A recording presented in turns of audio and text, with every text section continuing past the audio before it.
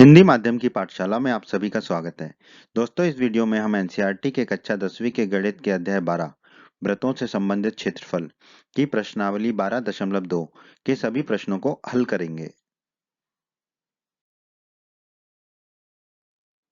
प्रश्न एक में दोस्तों हमसे कहा गया है 6 सेंटीमीटर त्रिज्या वाले एक वृत्त के एक त्रिज्यखंड का क्षेत्रफल ज्ञात कीजिए जिसका कोण 60 डिग्री है। तो बहुत ही आसान प्रश्न है दोस्तों। दिया गया है, हमें एक वृत्त की त्रिज्या दे रखी है आर बराबर 6 सेंटीमीटर। ठीक है, तो हमने एक वृत्त खींच लिया। आपको खींचने की कोई आवश्यकता नहीं है, बस आपको समझाने के लिए खींची जा रही है ये आकृति।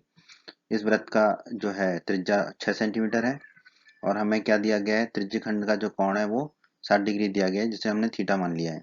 ठीक है, तो त्रिज्यखंड क्या होता है दोस्तों, एक चाप होता है। ठीक है, इसको समझ लीजिए।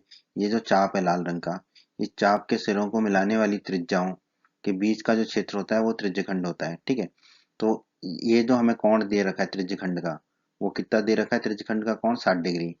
ठीक है, तो ये कोण 60 डिग्री हमें दे रखा है और हमें ज्ञात क्या करना है, त्रिज्यखंड का क्षेत्रफल।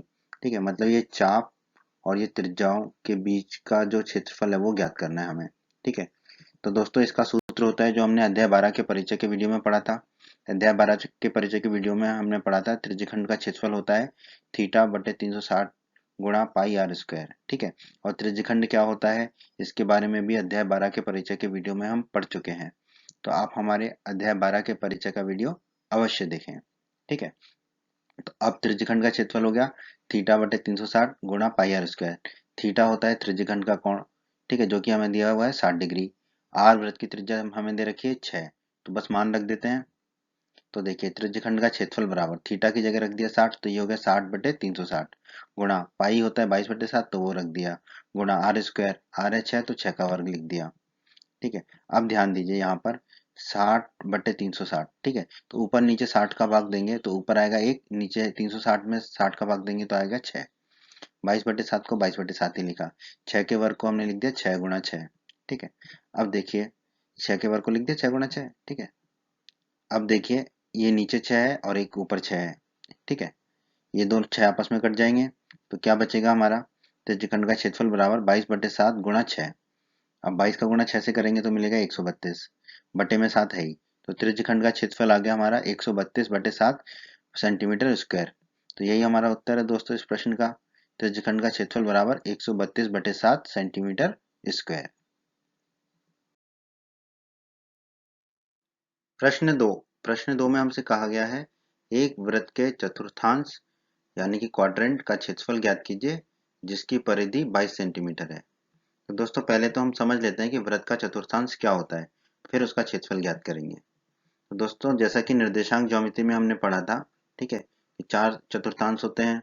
चतुर्थांश 1 2 3 4, ठीक है, पढ़े थे हमने। तो उसी प्रकार दोस्तों वृत्त में भी 4 चतुर्थांश होते हैं। ठीक है, कैसे होते हैं, जैसे वृत्त को हम 4 बराबर भागों में बांटते हैं तो चारों भाग चतुर्थांश कहलाते हैं। जैसे कि ये हो गया चतुर्थांश 1, फिर ये हो गया चतुर्थांश दूसरा, फिर ये चतुर्थांश तीसरा, फिर चतुर्थांश चौथा। ठीक है, मतलब वृत्त को 4 बराबर भागों में बांटते हैं। ठीक है, तो वृत्त को जब 4 बराबर भागों में हम बांटते हैं तो हर एक भाग चतुर्थांश कहलाता है। तो हमें किसी भी एक चतुर्थांश का क्षेत्रफल ज्ञात करना है। ठीक है, अब दोस्तों ध्यान दीजिए कि पूरा 360 डिग्री का होता है, तो एक चतुर्थांश का कोण कितने का होगा, 90 डिग्री का, क्योंकि पूरे वृत्त का कोण होता है 360 डिग्री। ठीक है, ये 4 बराबर भागों में बांटा तो चतुर्थांश का कोण होता है 90 डिग्री। ठीक है, तो यहाँ पे हम कह सकते हैं कि त्रिज्यखंड का कोण कितना है, थीटा बराबर 90 डिग्री, क्योंकि देखिए ये जो चतुर्थांश है ये एक त्रिज्यखंड ही है।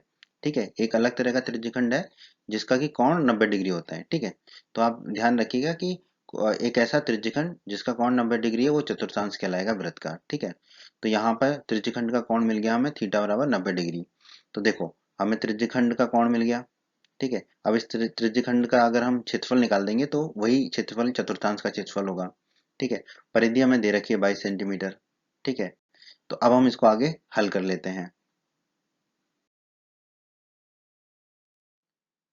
तो दोस्तों त्रिज्यखंड का क्षेत्रफल निकालने के लिए कोण तो हमें दिया हुआ है 90 डिग्री। ठीक है, मिल गया हमको। अब हमें त्रिज्या और ज्ञात करनी है। त्रिज्या नहीं दे रखी है, परिधि दे रखी है। तो ठीक है, जो दे रखा है उसको तो लिख लेते हैं। वृत्त की परिधि 22 सेंटीमीटर हमें दे रखी है प्रश्न में। मान लेते हैं कि वृत्त की त्रिज्या r है। ठीक है, और वृत्त की परिधि का सूत्र होता है 2 गुणा पाई गुणा आर, वृत्त की त्रिज्या। ठीक है, तो 2 पाई आर किसके बराबर हो जाएगा, 22 सेंटीमीटर के, क्योंकि वृत्त की परिधि हमें 22 सेंटीमीटर दे रखी है। तो 2 पाई आर बराबर हो गया 22 सेंटीमीटर। पाई का मान रख देंगे हम 22/7, तो ये हो गया 2 गुना पाई की जगह 22/7 रखा गुना आर बराबर 22। अब 2 गुना 22/7 को हम दाईं तरफ ले जाएंगे तो उल्टा पुल्टा हो जाएगा। देखो यहाँ पे सिर्फ आर रहा, दाईं तरफ 22 पहले से ही था। अब ये जो 7 है ये ऊपर चला जाएगा दाईं तरफ में, और 2 गुना 22 नीचे चला जाएगा, ठीक है।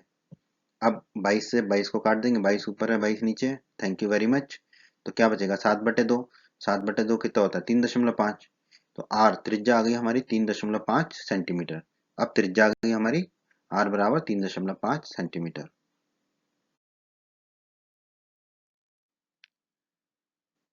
तो थीटा पता चल गया 90 डिग्री, त्रिज्या पता चल गई 3.5 सेंटीमीटर। अब तो कुछ भी नहीं है, अब तो सूत्र लिख लिया हमने, त्रिज्यखंड का क्षेत्रफल बराबर थीटा बटे 360 गुणा पाई आर स्क्वायर। दोस्तों इस सूत्र को हम अध्याय 12 के परिचय के वीडियो में पढ़ चुके हैं। यदि आपने अध्याय 12 के परिचय का वीडियो नहीं देखा है तो उसे अवश्य देखें, ठीक है। वहां पर ये सूत्र हमने पढ़ा था, ठीक है। अब थीटा पाई और आर के मान रख देते हैं हम। तो चतुर्थांश का, देखो त्रिज्यखंड का क्षेत्रफल का सूत्र है ये। तो यहाँ पे जो त्रिज्यखंड है, चतुर्थांश जो है वो एक त्रिज्यखंड ही है जिसमें कोण 90 डिग्री का है, ठीक है। तो चतुर्थांश का क्षेत्रफल क्या होगा, थीटा की जगह रख देंगे 90, तो रख दिया 90 बटे में 360, बटे में 360 रहने दिया, गुणा पाई की जगह रख दिया 22/7 गुणा आर का वर्ग है तो आर की जगह रख देंगे 3.5, तो 3.5 का वर्ग हो गया। अब देखिए 90/360 है, इसको हल करेंगे ऊपर नीचे 90 का भाग देंगे, तो 90 में 90 का भाग देंगे तो 1, और 360 में 90 का भाग देंगे तो 4। तो हमें मिलेगा चतुर्थांश का क्षेत्रफल बराबर 90/360 मिलेगा 1/4। बाकी गुणा 22/7 को वैसे ही लिख दिया, फिर गुणा 3.5 के वर्ग को हमने लिख दिया 3.5 गुणा 3.5, ठीक है, 2 बार लिख दिया। अब देखिए ऊपर 3.5 है नीचे 7 है, ठीक है। तो 7 में से 3.5 को काटेंगे तो 2 बचेगा नीचे, ठीक है, क्योंकि 3.5 गुणा 2 होता है 7। तो हमें मिलेगा चतुर्थांश का क्षेत्रफल बराबर 1/4 गुणा 22 तो ऊपर है ही, और 7 और 3.5 को काटा था, तो 7 की जगह रह जाएगा 2, और 3.5 पूरा कट जाएगा ये वाला, और ये वाला 3.5 यहाँ आ जाएगा, ठीक है। अब 22 का गुणा करेंगे 3.5 से तो हमें मिलेगा 77। तो चतुर्थांश का क्षेत्रफल हो जाएगा 77 ऊपर, और नीचे 4 गुणा 2 हो जाएगा 8, ठीक है। तो चतुर्थांश का क्षेत्रफल आ जाएगा 77/8 सेंटीमीटर स्क्वायर, ठीक है। यही हमारे इस प्रश्न का उत्तर है। हमसे पूछा था चतुर्थांश का क्षेत्रफल ज्ञात कीजिए, तो हमने ज्ञात कर लिया चतुर्थांश का क्षेत्रफल बराबर 77/8 सेंटीमीटर स्क्वायर। तो हमारे इस प्रश्न का उत्तर है 77/8 सेंटीमीटर स्क्वायर, ठीक है। प्रश्न 3 में दोस्तों हमसे कहा गया है एक घड़ी की मिनट की सुई जिसकी लंबाई 14 सेंटीमीटर है, इस सुई द्वारा 5 मिनट में रचित क्षेत्रफल ज्ञात कीजिए, ठीक है। तो हमें बताना है कि 5 मिनट में जो मिनट की सुई है उसने कितना क्षेत्रफल रचित किया, ठीक है, मतलब कितना क्षेत्रफल बनाया। तो पहले तो प्रश्न को समझ लेते हैं। हमें दिया गया है मिनट की सुई की लंबाई 14 सेंटीमीटर है, ठीक है। तो घड़ी की त्रिज्या कितनी हो गई हमारी 14 सेंटीमीटर, क्योंकि जो मिनट की सुई की लंबाई होती है उतनी ही हमारी घड़ी की त्रिज्या होती है। तो हमने एक वृत्त बना लिया घड़ी के आकार का, घड़ी गोल होती है, ठीक है, तो वृत्ताकार एक घड़ी बना ली, ठीक है। मिनट की सुई की लंबाई जो है वो है 14 सेंटीमीटर, यानी कि वृत्त की त्रिज्या भी हमारी 14 सेंटीमीटर है, ठीक है, वो बना लिया। अब हम जानते हैं दोस्तों कि 60 मिनट में घड़ी की मिनट की सुई कौन बनाती है कितना 360 डिग्री। 60 मिनट में ये पूरा घूम जाती है, घड़ी की मिनट की सुई पूरा घूमती है, यानी कि 360 डिग्री का कोण बनाती है 60 मिनट में। तो 1 मिनट में कितना बनाएगी घड़ी की मिनट की सुई कोण बनाती है 360/60, ठीक है, 360 में 60 का भाग दे देंगे। तो 5 मिनट में कितना बनाएगी घड़ी की मिनट की सुई कोण, कितना कोण बनाएगी जितना 1 मिनट में बनाती है, यानी कि 360/60 गुणा 5, क्योंकि 5 मिनट में पूछा है। तो 1 मिनट में जितना बनाती है उसका गुणा कर देंगे 5 से, तो 5 मिनट में आ जाएगा।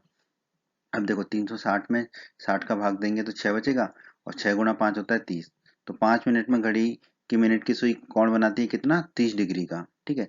तो 5 मिनट बाद जो है घड़ी की सुई यहाँ पहुंच जाएगी और 30 डिग्री का कोण बनाएगी जहां से शुरू किया था वहां से, ठीक है। ये 30 डिग्री का कोण बनाएगी, ये हमने निकाल लिया। अतः सुई द्वारा 5 मिनट में रचित क्षेत्रफल कितना होगा, जो हमसे पूछा है सुई द्वारा 5 मिनट में रचित क्षेत्रफल, वो होगा 30 डिग्री के त्रिज्यखंड का क्षेत्रफल, ठीक है। ये जो क्षेत्रफल आएगा पूरा, ठीक है, ये क्षेत्रफल ही होगा हमारा सुई द्वारा 5 मिनट में रचित क्षेत्रफल। और ये क्षेत्रफल कितना है 30 डिग्री के त्रिज्यखंड का क्षेत्रफल है ये। तो अब हम 30 डिग्री के त्रिज्य खंड का क्षेत्रफल निकाल लेंगे। ठीक है, तो हमें कोण मिल गया 30 डिग्री का। ठीक है, और त्रिज्या क्या है इस वृत्त की?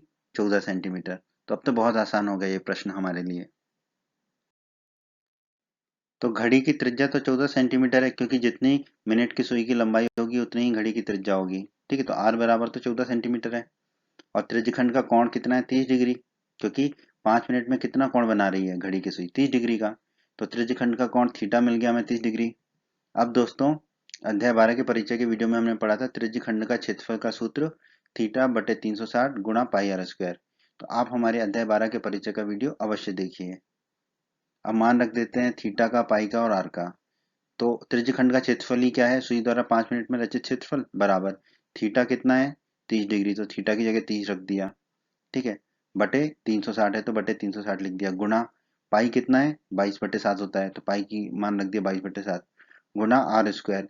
आर कितना है? 14, तो 14 का वर्ग लिख दिया। ठीक है, अब देखिए 30/360, ऊपर और नीचे 30 का भाग देंगे तो 30 में 30 का भाग देंगे तो 1 बचेगा, और 360 में 30 का भाग देंगे तो 12 बचेगा। तो ये आ जाएगा 1/12 गुणा 22/7। 14 के वर्ग को लिख दिया हमने, 14 गुणा 14। अब दोस्तों इसको हल कर लेते हैं। देखिए 14 में 7 का भाग देंगे तो 2 बचेगा, फिर ये 2 में 12 में भी 2 का भाग देंगे, ये 2 को काटेंगे तो यहाँ 6 बचेगा। फिर ये 2 जो 6 बचा, 6 में 2 का भाग देंगे तो बचेगा 3, और 22 में 2 का भाग देंगे तो बचेगा 11। 11 गुणा 14 करेंगे तो आएगा 154। ठीक है, तो इस पूरे को जब आप हल करोगे तो आपका आएगा 154/3। तो सुई द्वारा 5 मिनट में रचित क्षेत्रफल कितना आ गया? 154/3 सेंटीमीटर स्क्वायर। यही हमारे इस प्रश्न का उत्तर है दोस्तों, 154/3 सेंटीमीटर स्क्वायर।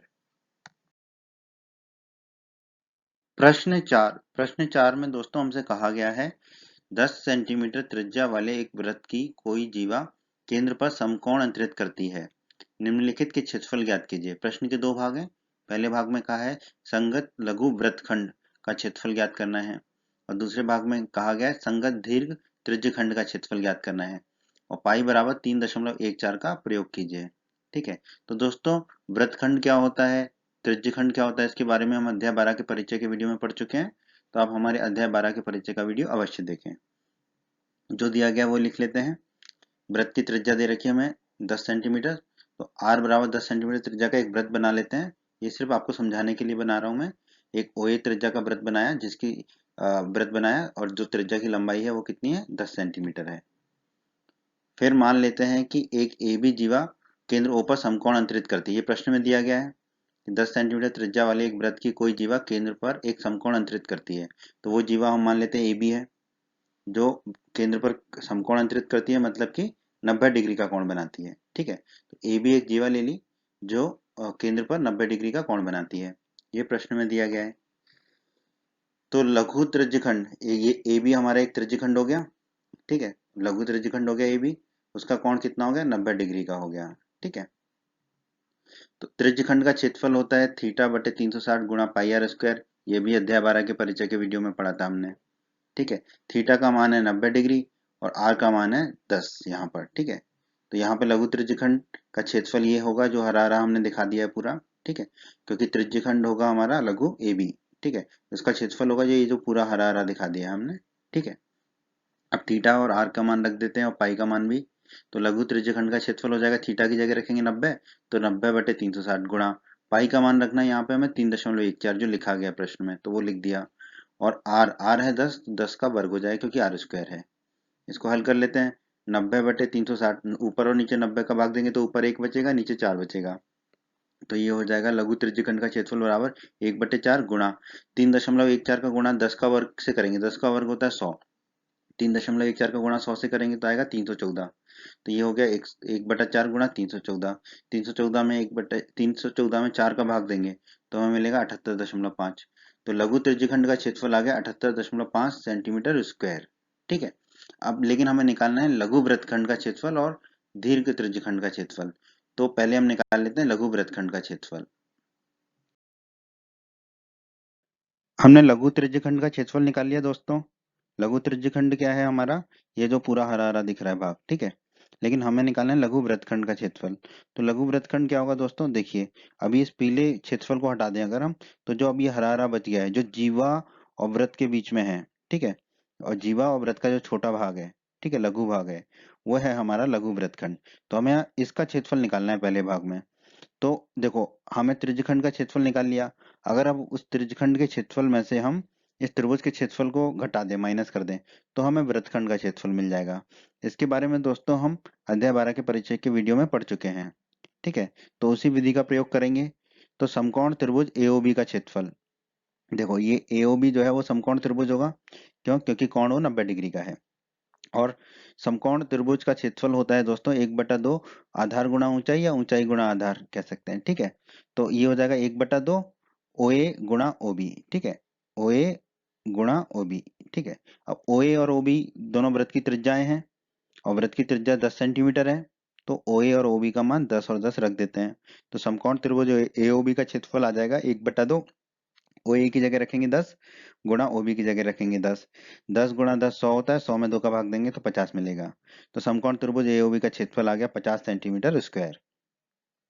अब लघु वृत्तखंड का क्षेत्रफल कितना होगा दोस्तों? वृत्तखंड का क्षेत्रफल, त्रिज्यखंड का जो क्षेत्रफल था इस पूरे का, उसमें से त्रिभुज के क्षेत्रफल को घटा देंगे। तो लघु वृत्तखंड का क्षेत्रफल बराबर लघु त्रिज्यखंड का क्षेत्रफल माइनस समकोण त्रिभुज एओबी का क्षेत्रफल। तो लघु वृत्तखंड का क्षेत्रफल कितना हो जाएगा? लघु त्रिज्यखंड का क्षेत्रफल है 78.5, वो लिख दिया, माइनस का चिन्ह लगा दिया। समकोण त्रिभुज एओबी का क्षेत्रफल निकाला था 50, वो लिख दिया, ठीक है। तो अब 78.5 में से 50 को घटाएंगे तो 28.5 मिलेगा। तो लघु वृत्तखंड का क्षेत्रफल कितना आ गया हमारा? 28.5 सेंटीमीटर स्क्वायर। तो ये हो गया दोस्तों प्रश्न के पहले भाग का उत्तर। संगत लघु वृत्तखंड का क्षेत्रफल आ गया हमारा 28.5 सेंटीमीटर स्क्वायर। अब हल कर लेते हैं प्रश्न के दूसरे भाग को। प्रश्न के दूसरे भाग में हमें निकालना है दीर्घ त्रिज्यखंड का क्षेत्रफल, ठीक है। तो दोस्तों लघु त्रिज्यखंड का क्षेत्रफल हम निकाल चुके हैं, ये जो हरा हरा भाग है पूरा। तो दीर्घ त्रिज्यखंड क्या होगा? जो बच गया भाग हमारा वो, ठीक है। तो उसके लिए हमें क्या करना होगा? पहले वृत्त का क्षेत्रफल निकालना होगा। तो वृत्त के क्षेत्रफल का सूत्र होता है पाई आर स्क्वायर, ठीक है। आर मतलब वृत्त की त्रिज्या जो कि 10 है यहाँ पर, ठीक है। मान रख देते हैं। तो वृत्त का क्षेत्रफल हो जाएगा, पाई का मान रखना है 3.14, प्रश्न के अनुसार वो रख दिया, गुणा आर, आर का मान 10 रख दिया, तो आर स्क्वायर है तो 10 का स्क्वायर हो जाएगा। 10 का स्क्वायर होता है 100, 10 गुणा 10 100 होगा। 100 का गुणा 3.14 से करेंगे तो मिलेगा 314। तो वृत्त का क्षेत्रफल आ गया हमारा 314 सेंटीमीटर स्क्वायर। अब हमें निकालना है दीर्घ त्रिज्यखंड का क्षेत्रफल। दीर्घ त्रिज्यखंड, ये जो बैगनी रंग से दिखाया हमने, ये है दीर्घ त्रिज्यखंड, ठीक है। तो इसका क्षेत्रफल क्या होगा? वृत्त के क्षेत्रफल में से ये हरा वाला क्षेत्रफल घटा दें। हरा वाला क्षेत्रफल क्या है हमारा? लघु त्रिज्यखंड का क्षेत्रफल, ठीक है। तो दीर्घ त्रिज्यखंड का क्षेत्रफल होगा वृत्त का क्षेत्रफल माइनस लघु त्रिज्यखंड का क्षेत्रफल। इसके बारे में भी अध्याय 12 के परिचय के वीडियो में हम पढ़ चुके हैं, ठीक है। तो अब वृत्त का क्षेत्रफल भी हमें पता है और लघु त्रिज्यखंड का क्षेत्रफल पता है, तो मान रख देते हैं। तो दीर्घ त्रिज्यखंड का क्षेत्रफल बराबर हो जाएगा, वृत्त का क्षेत्रफल रख दिया 314, माइनस का चिन्ह लगा दिया, लघु त्रिज्यखंड का क्षेत्रफल रख दिया 78.5। अब इसको हल कर लेते हैं। तो दीर्घ त्रिज्यखंड का क्षेत्रफल आ जाएगा 314 में से 78.5 को घटाएंगे तो 235.5। तो दीर्घ त्रिज्यखंड का क्षेत्रफल हमारा आ गया दोस्तों 235.5 सेंटीमीटर स्क्वायर। यही हमारे प्रश्न के दूसरे भाग का उत्तर है। प्रश्न 5 में दोस्तों हमसे कहा गया है त्रिज्या 21 सेंटीमीटर वाले वृत्त का एक चाप केंद्र पर 60 डिग्री का कोण अंतरित करता है, ज्ञात कीजिए। प्रश्न के 3 भाग हैं। पहले भाग में कहा गया है चाप की लंबाई, दूसरे भाग में चाप द्वारा बनाए गए त्रिज्यखंड का क्षेत्रफल, तीसरे भाग में संगत जीवा द्वारा बनाए गए वृत्तखंड का क्षेत्रफल, ठीक है। तो प्रश्न में जो दिया गया वो लिख लेते हैं। वृत्त की त्रिज्या दे रखी है हमें 21 सेंटीमीटर, तो आर बराबर 21 सेंटीमीटर लिख लिया हमने, और एक 21 सेंटीमीटर त्रिज्या का वृत्त खींच दिया जिसकी त्रिज्या ले ली ओ ए। अब प्रश्न में हमें दे रखा है कि एक चाप है जो केंद्र पर 60 डिग्री का कोण बना रहा है। तो हम मान लेते हैं कि ए बी चाप केंद्र ओ पर 60 डिग्री का कोण अंतरित करता है। तो ये ए बी चाप हमने खींच लिया, ठीक है। ये केंद्र ओ पर कितने डिग्री का कोण बना रहा है? 60 डिग्री का, तो ओ बी को मिला दिया और ये कोण है 60 डिग्री का, ये प्रश्न में दिया गया है। तो थीटा बराबर हो जाएगा हमारे यहाँ पर 60 डिग्री। अब दोस्तों चाप की लंबाई का जो सूत्र है वो होता है थीटा बटे 360 गुणा 2 पाई आर। ये हमें कैसे पता? ये हमने अध्याय 12 के परिचय के वीडियो में पढ़ा है। यदि आपने हमारे अध्याय 12 के परिचय का वीडियो नहीं पढ़ा है, नहीं देखा है, तो उसे अवश्य देखें, ठीक है। तो इस सूत्र का प्रयोग करेंगे हम। थीटा का मान रख देंगे 60, पाई का मान रख देंगे 22/7 और आर का मान दे रखा है 21। मान रख देते हैं। तो चाप की लंबाई हो जाएगी, थीटा की जगह रखा 60, तो 60/360 गुणा 2 को 2 लिखा, गुणा पाई को लिखा 22/7, गुणा आर को लिखा 21। अब देखिए 60/360, ठीक है, इधर ध्यान दीजिए। तो ऊपर और नीचे 60 का भाग देंगे तो ऊपर बचेगा 1, और 360 में 60 का भाग देंगे तो बचेगा नीचे 6। फिर ये 2 को 2 लिखा। अब ये देखिए ये 21 है और नीचे 7 है। 21 में 7 का भाग देंगे तो बचेगा 3, तो लिख दिया 3। फिर ये 22 अकेला रह जाएगा तो 22 को लिख दिया, ठीक है। अब देखिए ऊपर 2 गुणा 3 6 होता है और नीचे भी 6 है, तो वो 6 से 6 कट जाएगा तो क्या बचेगा, सिर्फ 22। तो चाप की लंबाई कितनी आ गई हमारी, 22 सेंटीमीटर, ठीक है। तो चाप की लंबाई आ गई 22 सेंटीमीटर। ये हो गया हमारे प्रश्न के पहले भाग का उत्तर। अब हम हल करेंगे प्रश्न के दूसरे भाग को। प्रश्न के दूसरे भाग में हमें निकालना है चाप द्वारा बनाए गए त्रिज्यखंड का क्षेत्रफल। तो दोस्तों अध्याय 12 के परिचय के वीडियो में हमने पढ़ा था त्रिज्यखंड के क्षेत्रफल का सूत्र होता है θ/360 गुणा पाई आर स्क्वायर, ठीक है। और त्रिज्यखंड का क्षेत्रफल क्या होता है दोस्तों, चाप और त्रिज्याओं द्वारा बनाया गया क्षेत्र, उसका क्षेत्रफल, ठीक है। तो ये जो हमने कलर दिखा दिया, रंगीन दिखा दिया है, वो होगा हमारा त्रिज्यखंड का क्षेत्रफल। तो आप सूत्र में मान रख देंगे, ठीक है। तो त्रिज्यखंड का क्षेत्रफल हो जाएगा, थीटा की जगह रख देंगे 60, तो 60/360 है, गुणा पाई की जगह रख देंगे 22/7, गुणा आर स्क्वायर, आर की जगह रख देंगे 21, तो 21 का वर्ग हो जाएगा ये। अब इसको हल कर लेते हैं। तो त्रिज्यखंड का क्षेत्रफल बराबर, अब 60/360, ठीक है।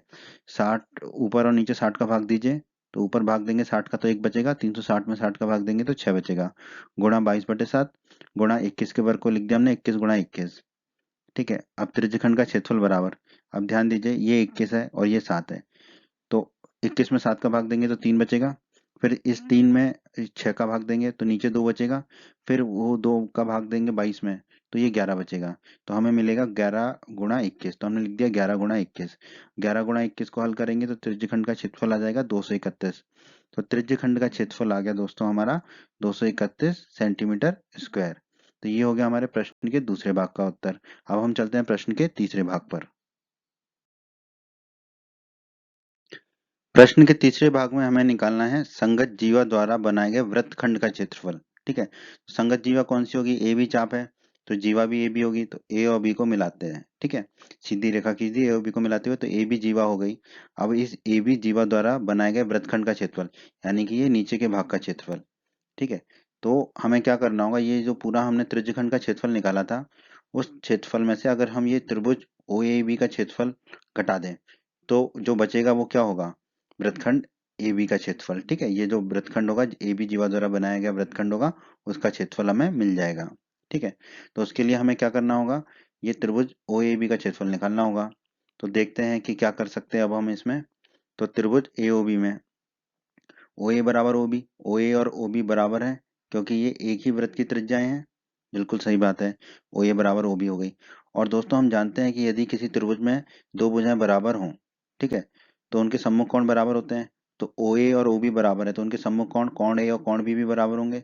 तो हमने लिख दिया कोण ए बराबर कोण बी। अब दोस्तों हम जानते हैं किसी भी त्रिभुज के तीनों कोणों का योग 180 डिग्री होता है। तो देखिए कोण ए धन कोण बी धन कोण ओ, इस त्रिभुज ए ओ बी या कह लें ओ ए बी, किसी में भी जो है त्रिभुज के तीनों कोणों का योग होगा 180 डिग्री। तो कोण ए धन कोण बी धन कोण ओ बराबर 180 डिग्री लिख दिया हमने। अब कोण ए बराबर कोण बी था, तो कोण बी की जगह कोण ए लिख देंगे।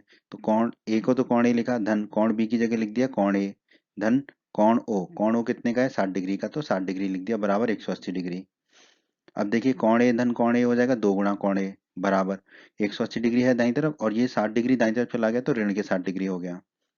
तो 2 गुणा कोण ए कितना आ जाएगा, 180 में से 60 को घटाएंगे तो 120 डिग्री। अब इस 2 को दाईं तरफ ले जाएंगे तो बट्टे में जाएगा, तो कोण ए आ जाएगा 120 डिग्री बटे 2।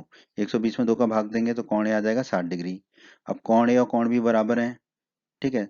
तो कोण ए बराबर कोण बी बराबर 60 डिग्री, और कोण ओ तो 60 डिग्री है ही, तो हम लिख सकते हैं कोण ए बराबर कोण बी बराबर कोण ओ बराबर 60 डिग्री। तो यानी कि त्रिभुज ए ओ बी, इस त्रिभुज में जो है तीनों कोण 60 डिग्री के हैं, तीनों कोण बराबर हैं। तो हम कह सकते हैं कि अतः त्रिभुज ए ओ बी क्या है, एक समबाहु त्रिभुज होगा। ये त्रिभुज ए ओ बी जो है वो समबाहु त्रिभुज होगा। अब बहुत आसान हो गया इस त्रिभुज का क्षेत्रफल निकालना हमारे लिए। त्रिभुज एओबी समबाहु त्रिभुज है, और दोस्तों हम जानते हैं समबाहु त्रिभुज का क्षेत्रफल होता है √3/4 गुणा ए स्क्वायर या आर स्क्वायर, ठीक है, उसकी किसी भी भुजा का वर्ग। क्योंकि समबाहु त्रिभुज की तीनों भुजाएं बराबर होती हैं। यहाँ पर समबाहु त्रिभुज की भुजा किसके बराबर है? वृत्त की त्रिज्या के बराबर, इसलिए हमने आर का वर्ग लिख दिया। तो त्रिभुज एओबी का क्षेत्रफल होगा √3/4 गुणा आर का वर्ग। ठीक है, क्योंकि समबाहु त्रिभुज के क्षेत्रफल का सूत्र होता है √3/4 गुणा भुजा का वर्ग, और यहाँ पे भुजा होगी वृत्त की त्रिज्या के बराबर। ठीक है, जो कि आर है, जो कि 21 है दिया हुआ है। तो अब आर का मान रख देते हैं। तो त्रिभुज एओबी का क्षेत्रफल हो जाएगा √3/4 गुणा 21 का वर्ग, क्योंकि आर का मान 21 है। ठीक है, अब 21 का वर्ग होगा 21 गुणा 21, जो कि होता है 441। तो त्रिभुज एओबी का क्षेत्रफल हो जाएगा 441 गुणा √3/4 सेंटीमीटर स्क्वायर।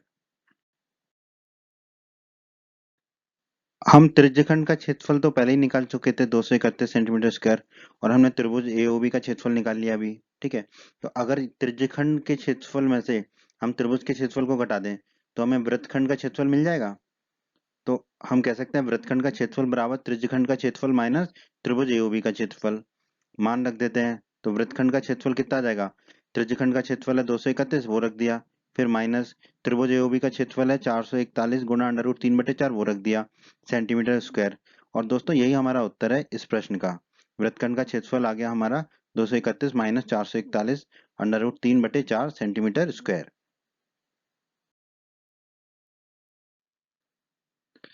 प्रश्न 6 में दोस्तों हमसे कहा गया है 15 सेंटीमीटर त्रिज्या वाले एक वृत्त की कोई जीवा केंद्र पर 60 डिग्री का कोण अंतरित करती है। संगत लघु और दीर्घ वृत्तखंडों के क्षेत्रफल ज्ञात कीजिए। पाई बराबर 3.14 और √3 बराबर 1.73 का प्रयोग कीजिए। ठीक है, तो जो दिया गया वो लिख लेते हैं। वृत्त की त्रिज्या दे रखी है 15 सेंटीमीटर, तो आर बराबर लिख लिया हमने 15 सेंटीमीटर, और 15 सेंटीमीटर त्रिज्या का एक वृत्त बना लिया अपनी सुविधा के लिए। ठीक है, जिसकी त्रिज्या ले ली OA। ठीक है, अब हमें दिया गया है कि एक जीवा है जो केंद्र पर 60 डिग्री का कोण बनाती है। तो हम मान लेते हैं कि AB जीवा केंद्र O पर 60 डिग्री का कोण अंतरित करती है। तो एक AB जीवा बना ली हमने जो केंद्र पर 60 डिग्री का कोण बना रही है, तो OB को मिला दिया। तो ये जो कोण है, कोण AOB, ये 60 डिग्री का कोण बन रहा है प्रश्न के अनुसार। अब हमें निकालना है लघु और दीर्घ वृत्तखंड। ठीक है, तो पहले हम लघु वृत्तखंड निकालेंगे, फिर दीर्घ वृत्तखंड निकालेंगे। पर लघु वृत्तखंड निकालने के लिए भी पहले हमें लघु त्रिज्यखंड निकालना पड़ेगा। उसमें से फिर इस त्रिभुज का क्षेत्रफल घटाना पड़ेगा, त्रिभुज AOB का क्षेत्रफल। तब हमें मिलेगा लघु वृत्तखंड का क्षेत्रफल। लघु वृत्तखंड क्या होगा? ये जीवा जो AB है उसके नीचे का क्षेत्रफल वृत्त का, और दीर्घ वृत्तखंड होगा जीवा AB के ऊपर का क्षेत्रफल वृत्त का। ठीक है, तो थीटा तो हो गया यहाँ पे 60 डिग्री। अब लघु त्रिज्य खंड का क्षेत्रफल निकाल लेते हैं, यानी कि ये पूरा क्षेत्रफल AOB, ये पूरा। ठीक है, ये जो चाप बना है AB, ये पूरा क्षेत्रफल। ठीक है, ये जिसे हमने हरे हरे रंग से दिखा दिया, ये पूरा क्षेत्रफल निकाल लेते हैं। ठीक है, ये जो पूरा क्षेत्रफल निकाल रहे हैं हम, ठीक है, ये है त्रिज्यखंड का क्षेत्रफल। फिर इस त्रिज्यखंड के क्षेत्रफल में से त्रिभुज AOB के क्षेत्रफल को घटा देंगे, तो हमें मिल जाएगा लघु वृत्तखंड का क्षेत्रफल, ये जीवा के नीचे वाले हिस्से का क्षेत्रफल। ठीक है, तो निकाल लेते हैं लघु त्रिज्यखंड का क्षेत्रफल। सूत्र होगा θ/360 गुणा पाई आर स्क्वायर। ये अध्याय 12 के परिचय के वीडियो में हम पढ़ चुके हैं, तो आप हमारे अध्याय 12 के परिचय का वीडियो अवश्य देखें। तो लघु त्रिज्यखंड का क्षेत्रफल हो जाएगा, थीटा कितना है 60 डिग्री, तो 60 बटे में 360 है, तो बटे में 360 लिख दिया, गुणा पाई का मान हमें बोला गया है 3.14 लो, तो 3.14 ले लिया, गुणा आर स्क्वायर, तो आर है 15, तो 15 का स्क्वायर। अब देखिए 60/360, ऊपर नीचे 60 का भाग देंगे तो ऊपर होगा 1, और 360 में 60 का भाग देंगे तो बचेगा 6, गुणा 3.14 है तो वो लिख दिया, गुणा 15 का स्क्वायर है तो लिख दिया 15 गुणा 15। अब इसको हल कर लेंगे, तो लघु त्रिज्यखंड का क्षेत्रफल हमारा आ जाएगा 117.75 सेंटीमीटर स्क्वायर। तो हमें तो निकालना है वृत्तखंड का क्षेत्रफल, तो इसलिए अब हमें त्रिभुज AOB का क्षेत्रफल निकालना पड़ेगा। तो त्रिभुज AOB की बात कर लेते हैं, ये है त्रिभुज AOB। ठीक है, इस त्रिभुज में देखिए OA बराबर OB, OA और OB बराबर हैं। क्यों बराबर हैं? क्योंकि ये वृत्त की त्रिज्याएं हैं, एक ही वृत्त की त्रिज्याएं हैं, तो बराबर ही होंगे। ठीक है, और अगर किसी त्रिभुज की दो भुजाएं बराबर हो तो उनके सम्मुख कोण बराबर होते हैं। तो OA और OB बराबर है, तो कोण A बराबर कोण B होगा, तो हमने लिख दिया कोण A बराबर कोण B। अब हम जानते हैं किसी भी त्रिभुज के तीनों कोणों का योग 180 डिग्री होता है। तो देखिए त्रिभुज AOB में कोण A धन कोण B धन कोण O बराबर 180 डिग्री होगा, वो लिख दिया। अब देखो कोण A को तो कोण A लिखा धन, कोण B को क्या लिख सकते हैं कोण A, तो कोण A लिख दिया धन, कोण O कितना है 60 डिग्री का, तो 60 डिग्री लिख दिया बराबर 180 डिग्री।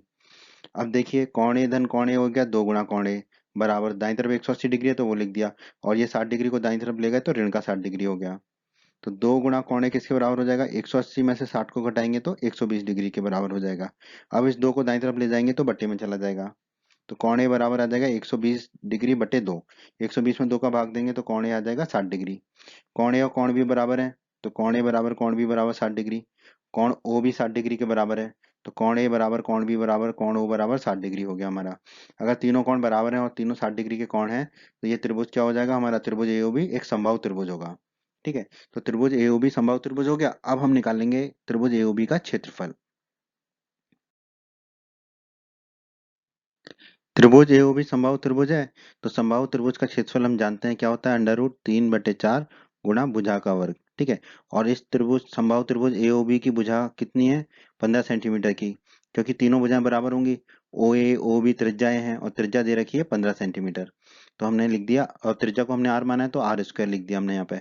तो त्रिभुज एओबी का क्षेत्रफल हो जाएगा अंडर रूट 3/4 गुणा आर स्क्वायर। ठीक है, क्योंकि त्रिभुज एओबी एक समबाहु त्रिभुज है और समबाहु त्रिभुज के क्षेत्रफल का सूत्र होता है अंडर रूट 3/4 गुणा भुजा का वर्ग। अब मान रख देंगे तो त्रिभुज एओबी का क्षेत्रफल हो जाएगा अंडर रूट 3/4 गुणा आर कितना है 15, तो 15 का वर्ग। तो अब त्रिभुज एओबी का क्षेत्रफल अंडर रूट 3 का मान हमें कितना लेना है, 1.73 प्रश्न में कहा गया है। तो अंडर रूट 3 की जगह रख दिया हमने 1.73 बटे में 4 है गुणा 15 के वर्ग को लिख दिया 15 गुणा 15। अब इसको हल कर लेंगे हम, तो त्रिभुज एओबी का क्षेत्रफल आ जाएगा 97.3125 सेंटीमीटर स्क्वायर। हमने लघु त्रिज्यखंड का क्षेत्रफल निकाल लिया था और अभी त्रिभुज एओबी का क्षेत्रफल निकाल लिया। तो अब लघु वृत्तखंड का क्षेत्रफल कितना होगा, लघु वृत्तखंड कौन सा है, ये जिसे हमने लाल रंग से दिखाया है। ठीक है, इसका क्षेत्रफल होगा लघु त्रिज्यखंड के क्षेत्रफल में से त्रिभुज एओबी के क्षेत्रफल को माइनस कर दें। तो हमने लिख दिया लघु वृत्तखंड का क्षेत्रफल बराबर लघु त्रिज्यखंड का क्षेत्रफल माइनस त्रिभुज एओबी का क्षेत्रफल। अब मान रख देते हैं, तो लघु वृत्तखंड का क्षेत्रफल आ जाएगा बराबर लघु त्रिज्यखंड का क्षेत्रफल कितना है 117.75। तो हमने लिख दिया 117.75, फिर माइनस का चिन्ह लगा दिया। फिर है त्रिभुज एओबी का क्षेत्रफल, त्रिभुज एओबी का क्षेत्रफल आया था 97.3125, वो लिख दिया हमने 97.3125। तो लघु वृत्तखंड का क्षेत्रफल कितना हो जाएगा, 117.75 में से घटाएंगे हम 97.3125 को, तो हमें मिलेगा 20.4375। तो लघु वृत्तखंड का क्षेत्रफल आ गया दोस्तों हमारा 20.4375 सेंटीमीटर स्क्वायर। तो ये एक उत्तर हो गया हमारा। अब हमें निकालना है दीर्घ वृत्तखंड का क्षेत्रफल। हमने लघु वृत्तखंड का क्षेत्रफल निकाल लिया, तो अब तो बहुत आसान है दीर्घ वृत्तखंड का क्षेत्रफल निकालना। उसके लिए हमें क्या करना होगा, पहले वृत्त का क्षेत्रफल निकालना होगा। वृत्त के क्षेत्रफल का सूत्र होता है पाई आर स्क्वायर। आर है वृत्त की त्रिज्या जो कि 15 सेंटीमीटर दे रखी है, मान रख देंगे तो वृत्त का क्षेत्रफल हो जाएगा, पाई का मान रखना है 3.14 प्रश्न के अनुसार, तो वो रख दिया, गुणा आर स्क्वायर, आर है 15 तो 15 का वर्ग हो जाएगा। अब इसको हल कर लेंगे तो वृत्त का क्षेत्रफल आ जाएगा 706.5 सेंटीमीटर स्क्वायर। निकालना है हमें दीर्घ वृत्तखंड का क्षेत्रफल। तो दीर्घ वृत्तखंड कौन सा क्षेत्रफल होगा हमारा, ये जो हमने बैगनी रंग से दिखाया है, जीवा एबी के ऊपर वाला। ठीक है, जीवा एबी के वृत्त में जीवा एबी के ऊपर का जो क्षेत्र होगा वो होगा दीर्घ वृत्तखंड का क्षेत्रफल। तो वो कितना होगा, पूरे वृत्त के क्षेत्रफल में से हम लघु वृत्तखंड जो जीवा एबी के नीचे का क्षेत्रफल है उसको माइनस कर दें, तो हमारा आ जाएगा दीर्घ वृत्तखंड का क्षेत्रफल। तो हमने लिख दिया दीर्घ वृत्तखंड का क्षेत्रफल बराबर वृत्त का क्षेत्रफल माइनस लघु वृत्तखंड का क्षेत्रफल। ठीक है, वृत्त का क्षेत्रफल हमने निकाल लिया, लघु वृत्तखंड का क्षेत्रफल निकाल लिया, तो मान रख देते हैं। तो दीर्घ वृत्तखंड का क्षेत्रफल हो जाएगा, वृत्त का क्षेत्रफल वो कितना है हमारा 706.5 लिख दिया, माइनस का चिन्ह लगा दिया। लघु वृत्तखंड का क्षेत्रफल कितना है 20.4375, तो लिख दिया हमने। तो दीर्घ वृत्तखंड का क्षेत्रफल हमारा आ जाएगा 706.5 में से हम घटा देंगे 20.4375 को, तो हमारा आ जाएगा 686.0625 सेंटीमीटर स्क्वायर। तो दीर्घ वृत्तखंड का क्षेत्रफल हमारा आ गया दोस्तों 686.0625 सेंटीमीटर स्क्वायर। तो यही हमारे प्रश्न के दूसरे भाग का उत्तर है दोस्तों।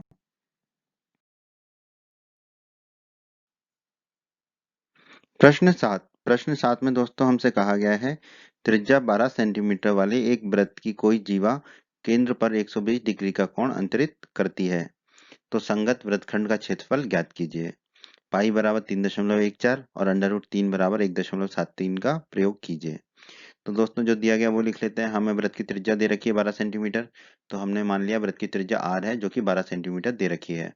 अब समझने के लिए हमने 12 सेंटीमीटर त्रिज्या का एक वृत्त खींच लिया जिसकी केंद्र O है और त्रिज्या OA ले ली हमने। अब हमें कहा गया है कि वृत्त की कोई जीवा केंद्र पर 120 डिग्री का कोण अंतरित करती है।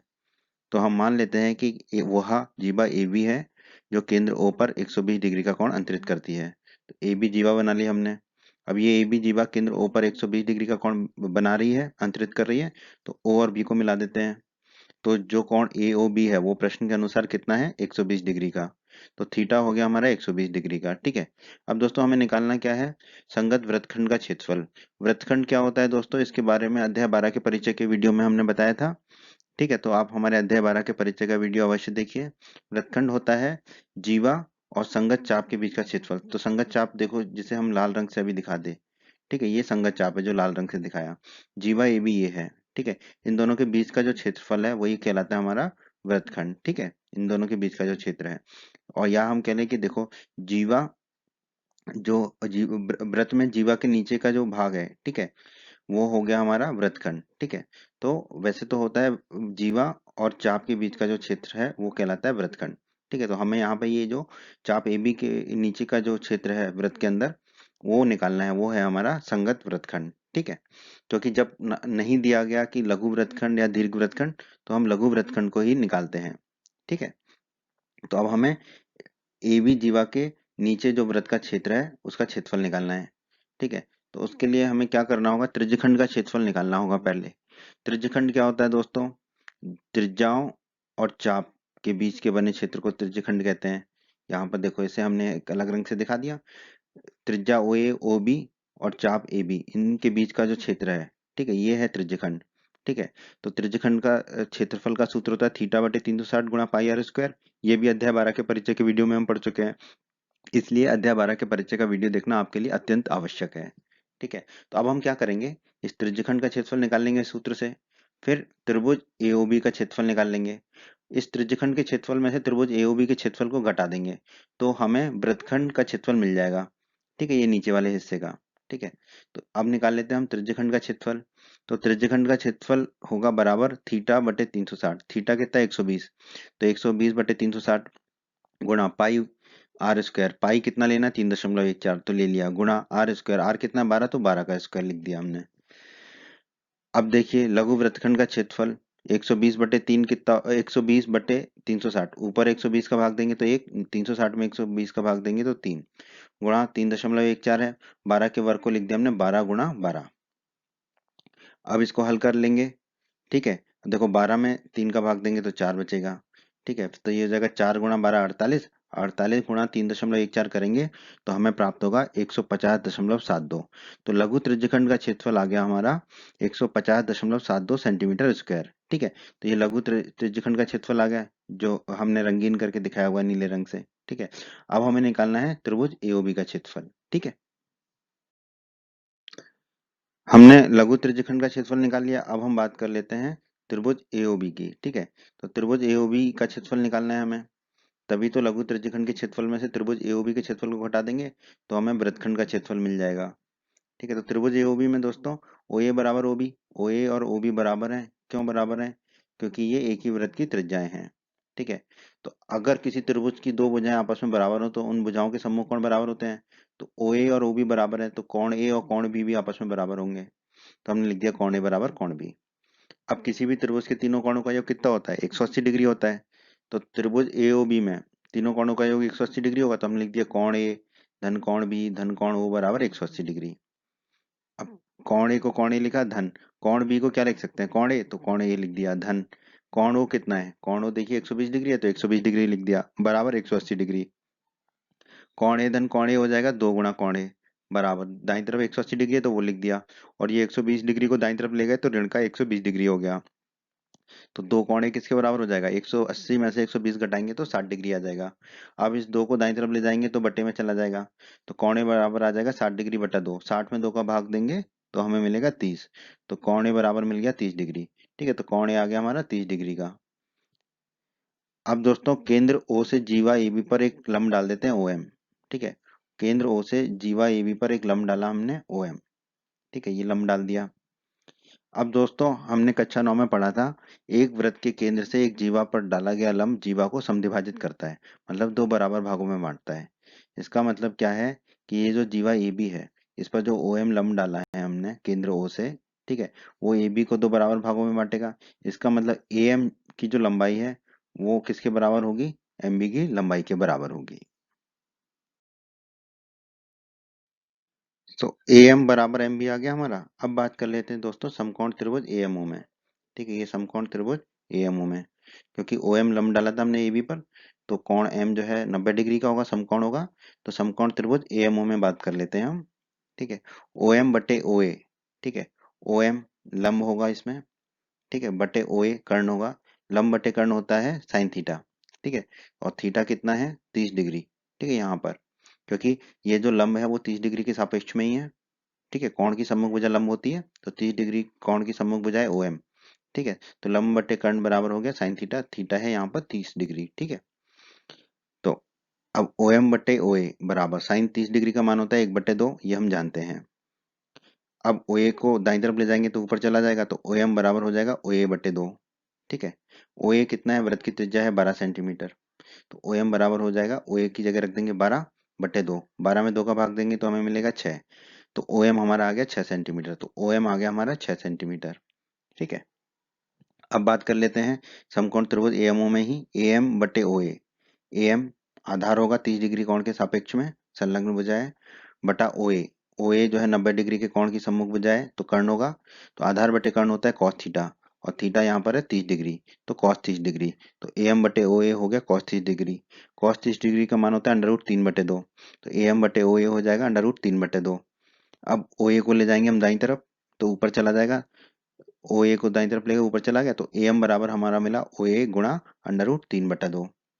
अब ओ ए का मान कितना है 12 है, ठीक है, वृत्त की त्रिज्या, तो ओ ए की जगह रख देंगे 12, तो ए एम बराबर हो जाएगा 12 गुणा √3/2। 12 में 2 का भाग देंगे तो बचेगा 6, तो ए एम आ जाएगा 6 गुणा √3 सेंटीमीटर। ठीक है, तो ए एम आ गया 6 गुणा √3 सेंटीमीटर। अब दोस्तों ए बी कितना होगा लंबा, ए बी होगा ए एम धन एम बी, ए एम धन एम बी। ठीक है, ए एम और एम बी को जोड़ दें तो ए बी बन जाएगा, तो हमने लिख दिया ए बी बराबर ए एम धन एम बी। तो ए बी बराबर ए एम को ए एम लिखा, एम बी को क्या लिख सकते हैं, देखो हमने अभी निकाला था ए एम और एम बी बराबर है। ठीक है, ए एम और एम बी बराबर है, ठीक है, क्योंकि ओ एम जो है हमने लंब खींचा था ए बी पर। ठीक है, तो एम बी को हमने लिख दिया ए एम, क्योंकि ए एम और एम बी बराबर है, तो ए एम धन ए एम हो जाएगा 2 गुणा ए एम, तो ए बी बराबर हो गया 2 गुणा ए एम। ठीक है, और ए एम को हम निकाल चुके हैं कितना 6 गुणा √3।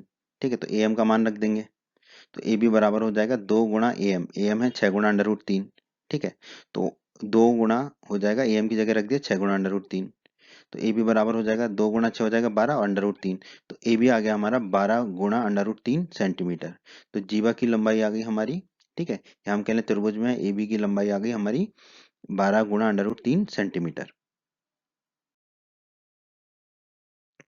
हमने ओ एम और ए बी निकाल लिए। अब हम चलते हैं त्रिभुज ए ओ बी के क्षेत्रफल निकालने के लिए। त्रिभुज ए ओ बी ये है हमारा। ठीक है, तो किसी भी त्रिभुज के क्षेत्रफल का सूत्र होता है दोस्तों आधार 1/2 गुणा आधार गुणा ऊंचाई। ठीक है, तो इस त्रिभुज ए ओ बी में आधार है ए बी, ठीक है, और ऊंचाई कह लें या संगत शीर्षलंब कह लें वो है ओ एम। ठीक है, तो त्रिभुज ए ओ बी का क्षेत्रफल हो जाएगा 1/2 गुणा ए बी गुणा ओ एम। अब त्रिभुज एओबी का क्षेत्रफल बराबर 1/2, ए बी कितना है 12√3 तो वो लिख दिया हमने, गुणा ओ एम कितना है 6 तो वो लिख दिया हमने। अब देखो 12 में 2 का भाग देंगे तो 6 बचेगा, 6 गुणा 6 हो जाएगा 36, तो ये हो जाएगा 36√3। तो त्रिभुज एओबी का क्षेत्रफल 36 लिख दिया, गुणा √3 को हमें कितना लिखना है प्रश्न के अनुसार 1.73, तो वो लिख दिया। अब 36 का गुणा 1.73 से करेंगे तो हमारा आ जाएगा 62.28, तो त्रिभुज एओबी का क्षेत्रफल हमें मिला 62.28 सेंटीमीटर स्क्वायर। तो हमने अब त्रिभुज एओबी का क्षेत्रफल भी निकाल लिया। हमें निकालना है वृत्तखंड का क्षेत्रफल। ठीक है, ए बी जीवा के संगत वृत्तखंड का क्षेत्रफल। संगत वृत्तखंड कौन सा ए बी जीवा का, ये नीचे वाला हरा हरा भाग। ठीक है, तो ये इसका क्षेत्रफल किसके बराबर होगा वृत्तखंड का, जो त्रिज्यखंड था पूरा ए ओ बी, ये पूरा की पूरा। ठीक है, त्रिज्याएं और चाप के बीच का क्षेत्रफल, उसमें से अगर हम घटा दें त्रिभुज एओबी के क्षेत्रफल को तो हमें मिल जाएगा वृत्तखंड का क्षेत्रफल। तो हमने लिख दिया वृत्तखंड का क्षेत्रफल बराबर त्रिज्यखंड का क्षेत्रफल माइनस त्रिभुज एओबी का क्षेत्रफल। तो वृत्तखंड का क्षेत्रफल हो जाएगा बराबर त्रिज्यखंड का क्षेत्रफल हम निकाल चुके हैं 150.72, वो लिख दिया, माइनस का चिन्ह लगा दिया। त्रिभुज एओबी का क्षेत्रफल भी हम निकाल चुके हैं अभी अभी 62.28, तो वो लिख दिया। तो वृत्तखंड का क्षेत्रफल हो जाएगा दोस्तों 150.72 माइनस 62.28। तो 150.72 में से 62.28 को घटाएंगे तो हमें मिलेगा 88.44। तो वृत्तखंड का क्षेत्रफल हो जाएगा हमारा 88.44 सेंटीमीटर स्क्वायर। और यही हमारे इस प्रश्न का उत्तर है दोस्तों, 88.44 सेंटीमीटर स्क्वायर। प्रश्न 8 में दोस्तों हमें दिया गया है 15 मीटर भुजा वाले एक वर्गाकार घास के मैदान के एक कोने पर लगे खूंटे से एक घोड़े को 5 मीटर लंबी रस्सी से बांध दिया है। देखिए आकृति 12.11 और फिर ज्ञात कीजिए। तो दोस्तों ये 15 मीटर भुजा वाला एक वर्गाकार घास का मैदान है। इसके एक कोने पर खूंटे से 5 मीटर लंबी रस्सी से इस घोड़े को बांध दिया है। ठीक है। तो हमसे कहा गया है, प्रश्न के दो भाग हैं। पहले भाग में मैदान के उस भाग का क्षेत्रफल जहां घोड़ा घास चर सकता है, और दूसरे भाग में चरे जा सकने वाले क्षेत्रफल में वृद्धि यदि घोड़े को 5 मीटर लंबी रस्सी के स्थान पर 10 मीटर लंबी रस्सी से बांध दिया जाए। पाई बराबर 3.14 का प्रयोग कीजिए। ठीक है। तो दोस्तों प्रश्न के दोनों भागों को हल करेंगे। प्रश्न को थोड़ा सा पहले समझ लेते हैं। तो दोस्तों मान लेते हैं कि ये 15 मीटर भुजा वाला एक वर्गाकार घास का मैदान है। ठीक है। और इसके 4 कोने होंगे, और हम जानते हैं कि वर्गाकार जो आकृति होती है उसके सभी कोने जो है वो कितने के होते हैं, 90 डिग्री के होते हैं। ठीक है। सभी कोण 90 डिग्री के होते हैं वर्गाकार जो चतुर्भुज होता है हमारा उसके। ठीक है। तो दोस्तों यहाँ पर मैदान के उस भाग का क्षेत्रफल जहां घोड़ा घास चर सकता है एक त्रिज्यखंड होगा जिसका कोण 90 डिग्री है। कैसे, इसको समझ लीजिए। देखो, अगर 5 मीटर लंबी रस्सी से घोड़े को बांध दिया, और जो खूंटा है, रस्सी खूंटे से बंधी है, खूंटा कहाँ पर है, कोने पर है। ठीक है। ये लिखा हो ना, एक कोने पर खूंटा है, तो खूंटे से रस्सी को बांधा है। ठीक है। और फिर रस्सी से घोड़े को बांध दिया है, और रस्सी की लंबाई है अगर 5 मीटर, तो घोड़ा कितना चढ़ सकता है, ऐसे ही चढ़ पाएगा। ठीक है। वो ज्यादा से ज्यादा 5 मीटर दूर जा पाएगा खूंटे से, और 5 मीटर दूर जा पाएगा खूंटे से। तो जो एक त्रिज्यखंड होता है, त्रिज्यखंड के आकार में ही वो चढ़ पाएगा, क्योंकि वो रस्सी को तो तोड़ नहीं पाएगा। तो रस्सी के हिसाब से ही वो अधिकतम कितना जा पाएगा, जितना एक त्रिज्यखंड होगा हमारा। ठीक है। क्योंकि वो 5 मीटर ही जो है खूंटे से दूर जा सकता है, तो 5 मीटर दूर जाएगा तो ये त्रिज्यखंड जैसी आकृति में ही वो चढ़ सकता है। ठीक है। उसी प्रकार अगर उसकी रस्सी को 10 मीटर लंबा कर दिया जाएगा, ठीक है, तो वो 10 मीटर त्रिज्या के त्रिज्यखंड में ही चढ़ सकता है। ठीक है। और इस त्रिज्यखंड का जो कोण है वो कितना रहेगा, 90 डिग्री का। तो हमें प्रश्न के पहले भाग में इस त्रिज्यखंड का क्षेत्रफल निकालना है जिसकी त्रिज्या 5 सेंटीमीटर है। प्रश्न के दूसरे भाग में हमें बताना है कि चरे जा सकने वाले क्षेत्रफल में कितनी वृद्धि होती है अगर 5 मीटर लंबी रस्सी के स्थान पर 10 मीटर लंबी रस्सी बांध दें। तो हम 10 मीटर जो त्रिज्यखंड है, 10 मीटर का त्रिज्यखंड, उसका क्षेत्रफल निकालेंगे, और उसमें से जो 5 मीटर का त्रिज्यखंड का क्षेत्रफल है उसे घटा देंगे, तो वृद्धि आ जाएगी। ठीक है। तो आइए आप प्रश्न के पहले भाग को हल कर लेते हैं। प्रश्न के पहले भाग को हल कर लेते हैं, जहां हमें बताना है मैदान के उस भाग का क्षेत्रफल जहां घोड़ा घास चर सकता है, और घोड़े को कितनी लंबी रस्सी से बांधा है, 5 मीटर लंबी रस्सी से बांधा है। तो दिया गया है रस्सी की लंबाई 5 मीटर है। ठीक है। तो घोड़ा जो है 5 मीटर लंबी रस्सी से कितना भाग का क्षेत्रफल है जहां घोड़ा घास चर सकता है, वो होगा इस त्रिज्यखंड 90 डिग्री के त्रिज्यखंड का क्षेत्रफल, जहां पर त्रिज्या होगी 5 मीटर की। ठीक है। तो त्रिज्यखंड की त्रिज्या कितनी होगी, 5 मीटर की। आर बराबर हमने लिख लिया 5 मीटर। अब त्रिज्यखंड के क्षेत्रफल का सूत्र हम अध्याय 12 के परिचय के वीडियो में पढ़ चुके हैं, थीटा बटे 360 गुणा पाई आर स्क्वायर। तो आप हमारे अध्याय 12 के परिचय का वीडियो अवश्य देखें। अब मान रख देते हैं, तो त्रिज्यखंड का क्षेत्रफल हो जाएगा, थीटा कितना है, 90 डिग्री, तो 90 बटे में 360 है तो वो लिख दिया, गुणा प्रश्न में कहा गया था पाई बराबर 3.14 लेना है तो वो ले लिया, गुणा आर स्क्वायर, आर है 5 मीटर तो 5 का वर्ग लिख दिया। अब 90 बटे 360 कितना हो जाएगा, ऊपर और नीचे 90 का भाग देंगे, तो ऊपर 90 का भाग देंगे 90 में तो 1 मिलेगा, 360 में 90 का भाग देंगे तो 4 मिलेगा, गुणा 3.14 गुणा 5 का वर्ग हो जाएगा 25। अब इसको हल कर लेते हैं। तो त्रिज्यखंड का क्षेत्रफल आ जाएगा, 3.14 में 25 का गुणा करेंगे और फिर 4 का भाग देंगे, तो हमें मिलेगा 19.625। तो त्रिज्यखंड का क्षेत्रफल आ गया 19.625 वर्ग मीटर। ठीक है, तो हम कह सकते हैं कि अतः 5 मीटर लंबी रस्सी से मैदान के 19.625 मीटर स्क्वायर क्षेत्रफल पर घोड़ा घास चर सकता है। और यही पूछा था हमसे प्रश्न के पहले भाग में, मैदान के उस भाग का क्षेत्रफल जहां घोड़ा घास चर सकता है। तो 5 मीटर लंबी रस्सी से मैदान के 19.625 मीटर स्क्वायर क्षेत्रफल पर घोड़ा घास चर सकता है। तो प्रश्न के पहले भाग का उत्तर होगा दोस्तों 19.625 मीटर स्क्वायर। अब कर लेते हैं प्रश्न के दूसरे भाग को हल। प्रश्न के दूसरे भाग में हमसे कहा है चरे जा सकने वाले क्षेत्रफल में वृद्धि बताइए यदि घोड़े को 5 मीटर लंबी रस्सी के स्थान पर 10 मीटर लंबी रस्सी से बांध दिया जाए। तो अब हमें दिया गया है प्रश्न के दूसरे भाग के लिए रस्सी की लंबाई 10 मीटर है। ठीक है, तो 10 मीटर लंबी रस्सी से अगर घोड़े को बांध देंगे खूंटे से, ठीक है, तो घोड़ा जो है इस त्रिज्य खंड में ही अपने खेत को जो है चर पाएगा। ठीक है, तो उस त्रिज्य खंड की त्रिज्या कितनी हो जाएगी हमारी 10 मीटर। तो त्रिज्य खंड की त्रिज्या हो गई r बराबर 10 मीटर अभी। ठीक है, त्रिज्य खंड का क्षेत्रफल का सूत्र हम जानते हैं थीटा बटे 360 गुणा पाई आर स्क्वायर। तो हम मान रख देते हैं थीटा कितना है 90 डिग्री, थीटा की जगह रख दिया 90 डिग्री बटे 360 गुणा पाई, पाई का मान 3.14 रखना है, गुणा आर का वर्ग, आर है 10 तो 10 का वर्ग लिख दिया। अब आप देखिए 90/360, ऊपर 90 का भाग देंगे तो 1, नीचे 360 में 90 का भाग देंगे तो 4, गुणा 3.14 और 10 का वर्ग हो जाएगा 100। अब 3.14 गुणा 100 हो जाएगा 314, 314 में 4 का भाग देंगे तो हमें मिलेगा 78.5। तो अब ये नए त्रिज्यखंड का क्षेत्रफल हमें मिल गया। ठीक है, कि 10 मीटर जो त्रिज्या वाला त्रिज्यखंड है उसका क्षेत्रफल हमें मिल गया 78.5 मीटर स्क्वायर। तो हमारा त्रिज्यखंड का क्षेत्रफल आ गया 78.5 मीटर स्क्वायर। तो ये त्रिज्यखंड का क्षेत्रफल किस त्रिज्या का है 10 मीटर त्रिज्या का। तो हम कह सकते हैं अतः 10 मीटर लंबी रस्सी से मैदान के 78.25 मीटर स्क्वायर क्षेत्रफल पर घोड़ा घास चर सकता है। परंतु हमें प्रश्न में पूछा है चले जा सकने वाले क्षेत्रफल में वृद्धि। ठीक है, तो 10 मीटर लंबी रस्सी से जितना घोड़ा घास चर सकता है जिस क्षेत्रफल में, ठीक है, उसमें से माइनस करना होगा जितना वो 5 मीटर लंबी रस्सी से घास चर सकता था। ठीक है, तभी तो क्षेत्रफल में वृद्धि आएगी। तो हमने लिखा चरे जा सकने वाले क्षेत्रफल में वृद्धि बराबर क्या होगा 10 मीटर लंबी रस्सी से त्रिज्यखंड का क्षेत्रफल।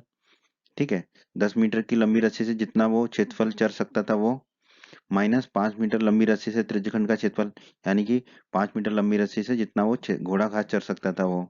ठीक है, दोनों ही हमें पता है। तो चरे जा सकने वाले क्षेत्रफल में वृद्धि कितनी हो जाएगी 10 मीटर लंबी रस्सी से त्रिज्यखंड का क्षेत्रफल कितना 78.5 वो लिख दिया। फिर माइनस है तो माइनस लगा दिया।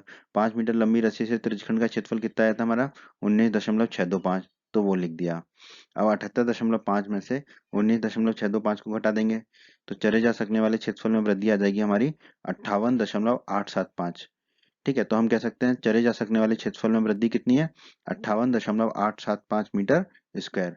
तो दोस्तों यही हमारे इस प्रश्न का उत्तर है, चरे जा सकने वाले क्षेत्रफल में वृद्धि बराबर 58.875 मीटर स्क्वायर। तो हमारे इस प्रश्न का उत्तर है 58.875 मीटर स्क्वायर।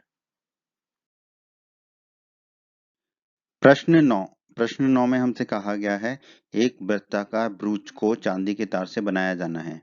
ब्रूच क्या होता है दोस्तों एक प्रकार का गहना होता है। ठीक है, तो एक वृत्ताकार गहने को चांदी के तार से बनाया जाना है जिसका व्यास 35 मिलीमीटर है। तार को वृत्त के 5 व्यासों को बनाने में भी प्रयुक्त किया गया है जो उसे 10 बराबर त्रिज्यखंडों में विभाजित करता है जैसा कि आकृति 12.12 में दर्शाया गया है। तो ज्ञात कीजिए। प्रश्न के दो भाग हैं, पहले भाग में कुल वांछित चांदी के तार की लंबाई, फिर दूसरे भाग में ब्रूच के प्रत्येक त्रिज्यखंड का क्षेत्रफल। तो दोस्तों इस प्रश्न को समझ लेते हैं। दोस्तों एक 35 मिलीमीटर व्यास का एक वृत्त है। ठीक है, जो हमें वो गहना बनाना है वो 35 मिलीमीटर व्यास का है। ठीक है, तो ये बना लिया हमने 35 मिलीमीटर व्यास का। ठीक है, एक गहना। ठीक है, व्यास का है तो मतलब वृत्ताकार गहना है। ठीक है, लिखा हुआ है वृत्ताकार ब्रूच। ठीक है, चांदी के तार को का बनाया हुआ है हमने। ठीक है, और इसको बनाने में 5 व्यासों का भी प्रयोग किया गया है। तो देखो एक व्यास, दूसरा व्यास, तीसरा व्यास, चौथा व्यास और पांचवा व्यास। ठीक है, तो जो आकृति दे रखी है वो हमने बना ली है यहाँ पर। ठीक है, और ये जो 5 व्यास हैं उसे 10 बराबर त्रिज्यखंडों में विभाजित करते हैं। देखो 1 2 3 4 5 6 7 8 9 और 10। तो 10 बराबर त्रिज्यखंडों में विभाजित करते हैं ये 5 व्यास इस वृत्ताकार ब्रूच को। ठीक है, वृत्ताकार गहने को। तो हमें बताना है पहले भाग में कि कुल वांछित चांदी के तार की लंबाई क्या होगी इस वृत्ताकार ब्रूज को बनाने में।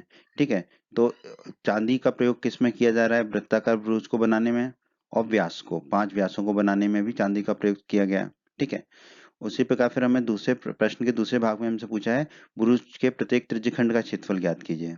ठीक है, तो प्रत्येक त्रिज्यखंड का क्षेत्रफल ज्ञात करना है। हमसे वैसे ही कहा गया है प्रश्न में कि 10 बराबर त्रिज्यखंडों में विभाजित करता है, तो सभी त्रिज्यखंडों का क्षेत्रफल बराबर होगा। ठीक है, तो प्रश्न को अभी हमने समझ लिया, अब हम प्रश्न के पहले भाग को हल कर लेते हैं। ठीक है, तो इसमें जो है दूसरे भाग में जो बताना है हमें बुरुज के प्रत्येक त्रिज्यखंड का क्षेत्रफल, तो उसमें एक जो त्रिज्यखंड होगा उसका क्षेत्रफल हम बता देंगे क्योंकि सभी त्रिज्यखंड बराबर है। ठीक है,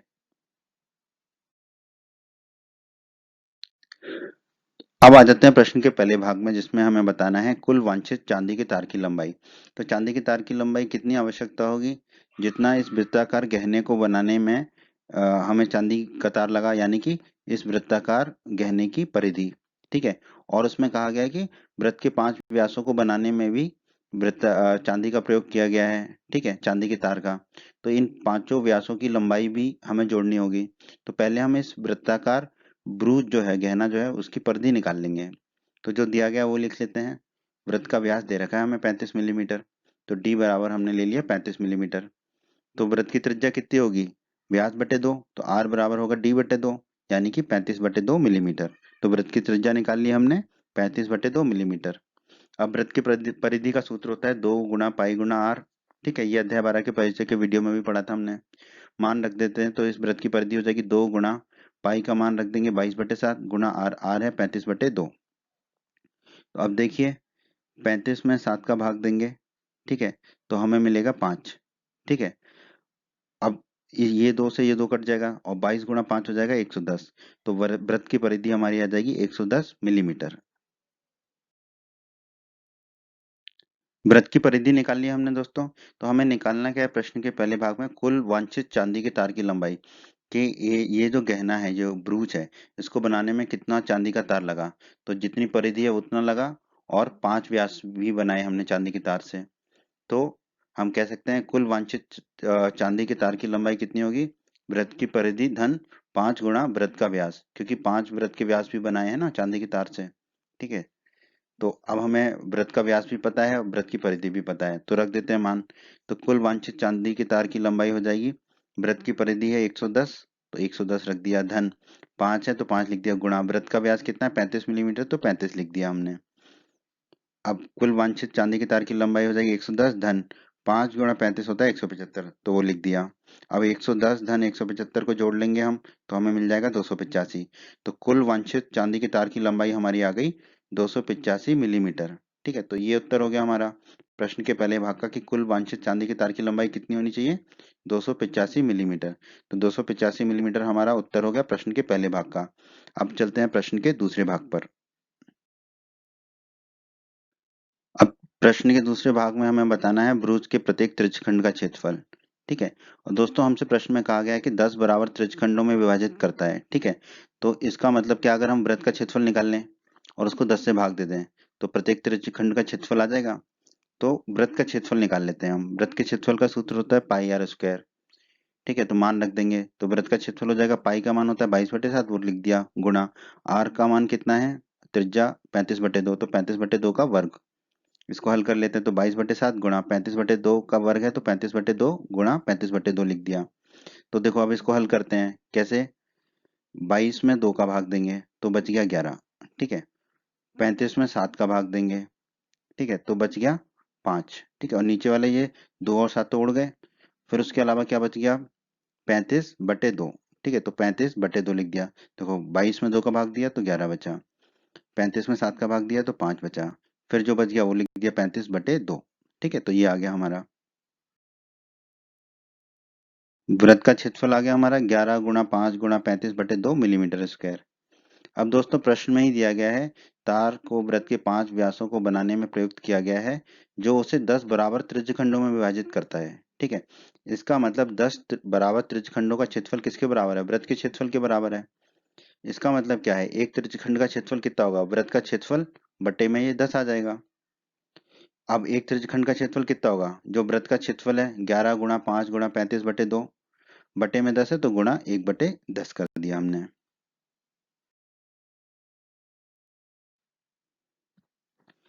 अब इसे हल करना है हमें, ठीक है।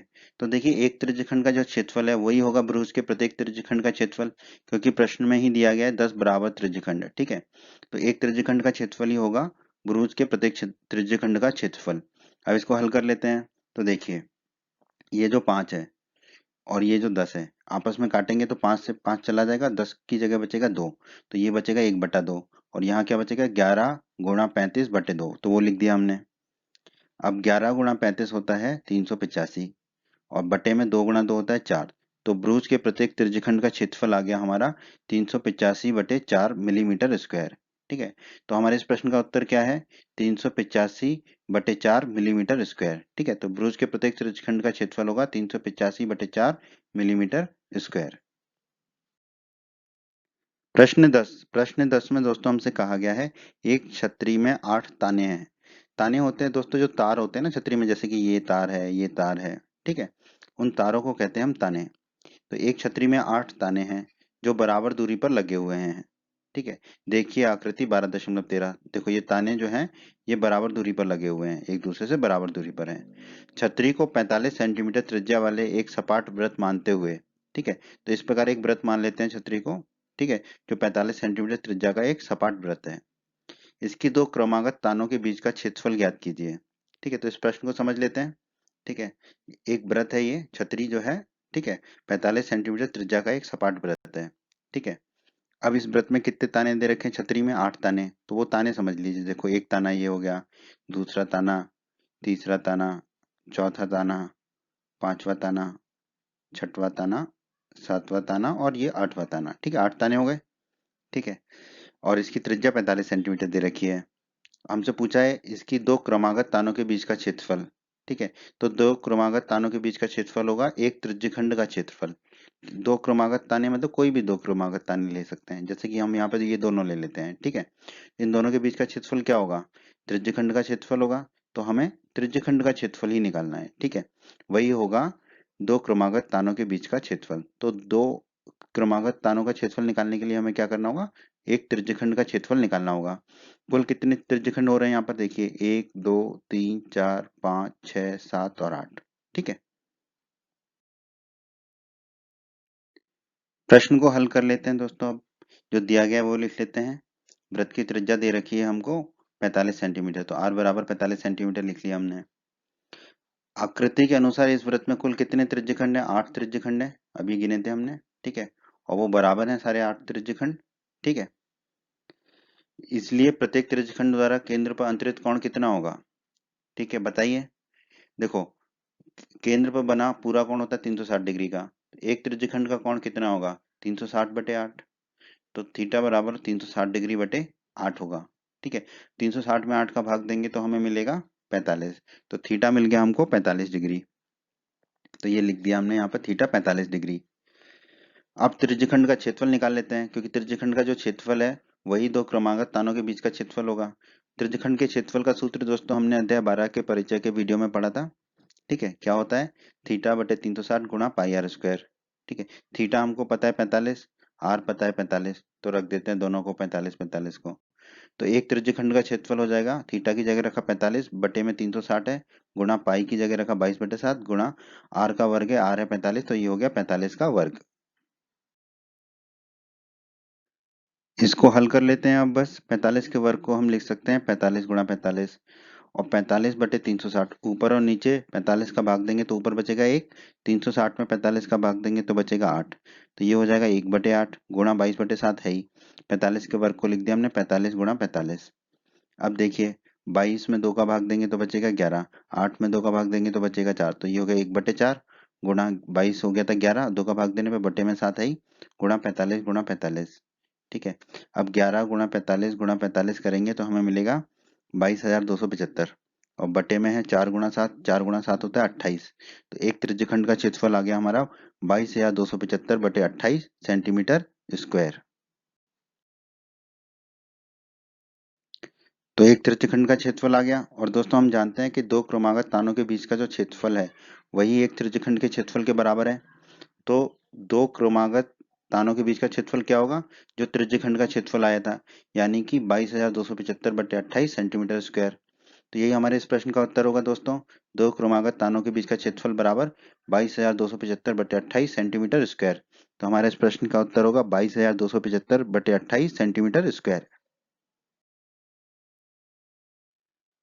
प्रश्न 11 में दोस्तों हमसे कहा गया है किसी कार के दो वाइपर हैं। वाइपर क्या होता है दोस्तों, जो कार होती है, कार का जो आगे का कांच होता है, उस पर जब पानी पड़ता है तो पानी को साफ करने के लिए जिस चीज का उपयोग किया जाता है वो होता है वाइपर। ठीक है, आपने देखा होगा कार में आगे लगा होता है, ठीक है, जो ताकि गाड़ी चलाने वाले को सामने साफ साफ दिखाई दे। जब बारिश में बारिश का पानी गिरता है कांच के ऊपर कार के, तो वाइपर से ही उसको साफ करते हैं। ठीक है, और वाइपर एक डंडी की तरह होता है, पत्ती की तरह होता है, सीधा सीधा। ठीक है, और ये गोल गोल घूम के साफ करता है, ऐसे ऐसे घूमता है। ठीक है, देखो ये पानी पड़ा हुआ है, ये साफ किया हुआ पानी है। ठीक है, इसी तरह यहाँ पर ये साफ दिख रहा है। ठीक है, और ये पानी पड़ा हुआ है। तो किसी कार के दो वाइपर हैं, परस्पर कभी आच्छेदित नहीं होते हैं, मतलब कि एक दूसरे से नहीं टकराते हैं। ठीक है, अपना अपना काम करते हैं। प्रत्येक वाइपर की पत्ती की लंबाई 25 सेंटीमीटर है। ये जो पत्ती की लंबाई होती है, मतलब पत्ती मतलब जो साफ करने वाली चीज है, ठीक है, जिससे कांच साफ हो रहा है, उसकी लंबाई 25 सेंटीमीटर है और 115 डिग्री के कोण तक घूमकर सफाई कर सकते हैं। ठीक है, अब ये जो वाइपर है ये 0 डिग्री से घूम के 115 डिग्री तक जाके सफाई कर सकते हैं। तो प्रत्येक तो पत्तियों की प्रत्येक बुहार के साथ जितना क्षेत्रफल साफ हो जाता है वह ज्ञात कीजिए। तो हमको बताना है कि ये वाइपर जो है, दोनों वाइपर मिलके कितने क्षेत्रफल को साफ कर देंगे। ठीक है, तो प्रश्न हमें करीब करीब समझ आ गया है। अब प्रश्न को हल कर लेते हैं। तो आइए प्रश्न को हल कर लेते हैं। हमें दिया हुआ है वाइपर की पत्ती की लंबाई 25 सेंटीमीटर है। ठीक है, तो दो वाइपर हैं, तो एक ले लिया 25 सेंटीमीटर का, दूसरा ले लिया 25 सेंटीमीटर का। अब ये वाइपर ऐसे घूमेंगे 115 डिग्री तक, तो एक त्रिज्यखंड बनाएंगे। ठीक है, 115 डिग्री तक घूमेंगे जो प्रश्न में दिया गया है। तो त्रिज्यखंड की त्रिज्या जो है वो भी 25 सेंटीमीटर ही हो गई, क्योंकि इसी तरह से घूमेंगे वाइपर। ठीक है, जैसा त्रिज्यखंड होता है उसी प्रकार से घूमेंगे। तो त्रिज्यखंड की त्रिज्या हो गई 25 सेंटीमीटर। ठीक है, त्रिज्यखंड का कोण हो गया 115 डिग्री, क्योंकि ये जो वाइपर है प्रश्न के अनुसार 115 डिग्री तक घूमकर सफाई कर सकते हैं। ठीक है, तो 115 डिग्री तक घूम के मतलब यहाँ से शुरू करेंगे और ऐसे यहाँ तक जाएंगे। दूसरा वाला वाइपर भी यहाँ से शुरू करेगा और यहाँ तक जाएगा। ठीक है, तो कोण कितना होगा 115 डिग्री। तो त्रिज्यखंड का कोण मिल गया हमें 115 डिग्री। त्रिज्या 25 सेंटीमीटर, क्योंकि जो पत्ती की लंबाई है वो कितनी दे रखी है, 25 सेंटीमीटर। अब दोस्तों हमें निकालना है पत्तियों की प्रत्येक बुहार के साथ कितना क्षेत्रफल साफ हो जाता है। तो वो कितना होगा, दोनों त्रिज्यखंडों के क्षेत्रफल के बराबर।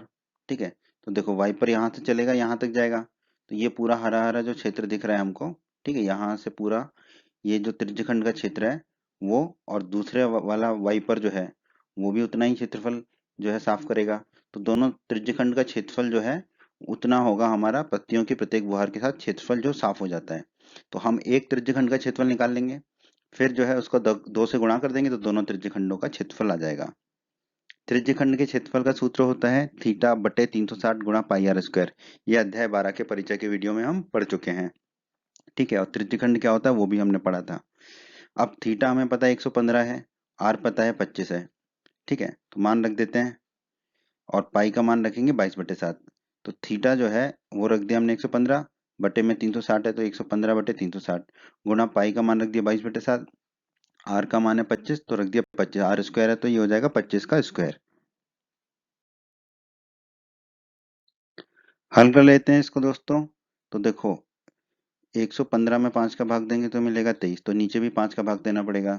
तो जो 360 में 5 का भाग देंगे तो 72 मिलेगा, लेकिन फिर 2 का भाग और दे देंगे तो मिलेगा 36।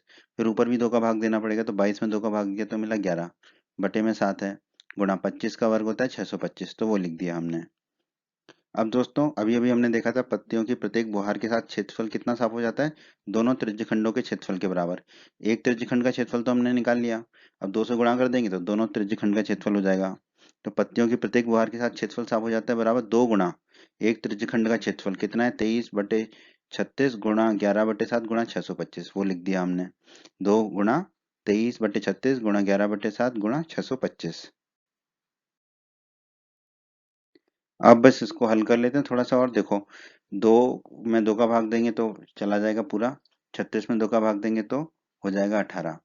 ठीक है, 18 गुणा 7 करेंगे तो नीचे मिलेगा 126।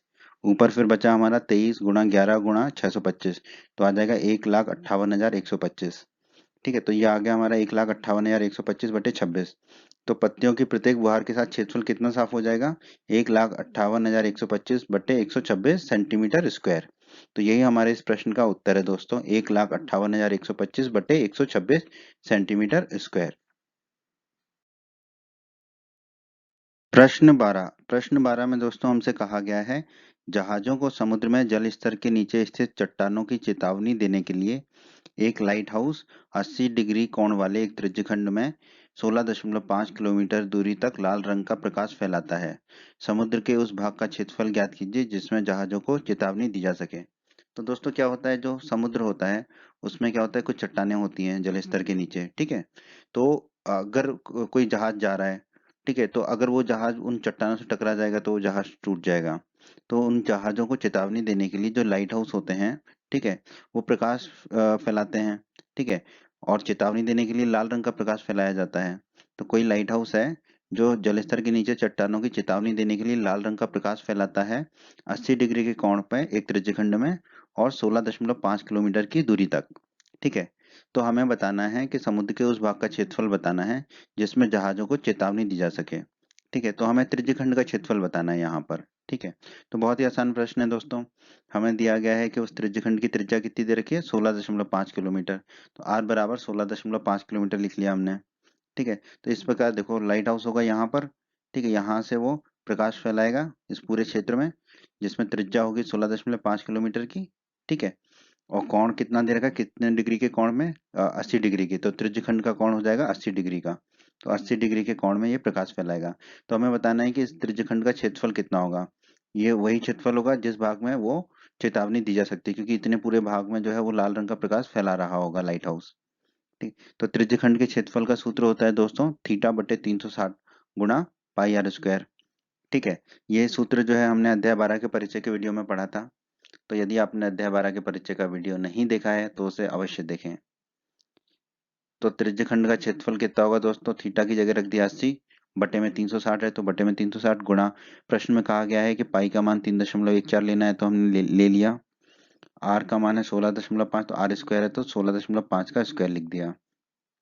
तो त्रिज्यखंड का क्षेत्रफल हो जाएगा, 80 में 40 का भाग देंगे तो 2, और 360 में 40 का भाग देंगे तो 9 आ जाएगा। तो ये हो गया 2/9 गुणा 3.14 गुणा 16.5 के वर्ग को लिख दिया हमने 16.5 गुणा 16.5।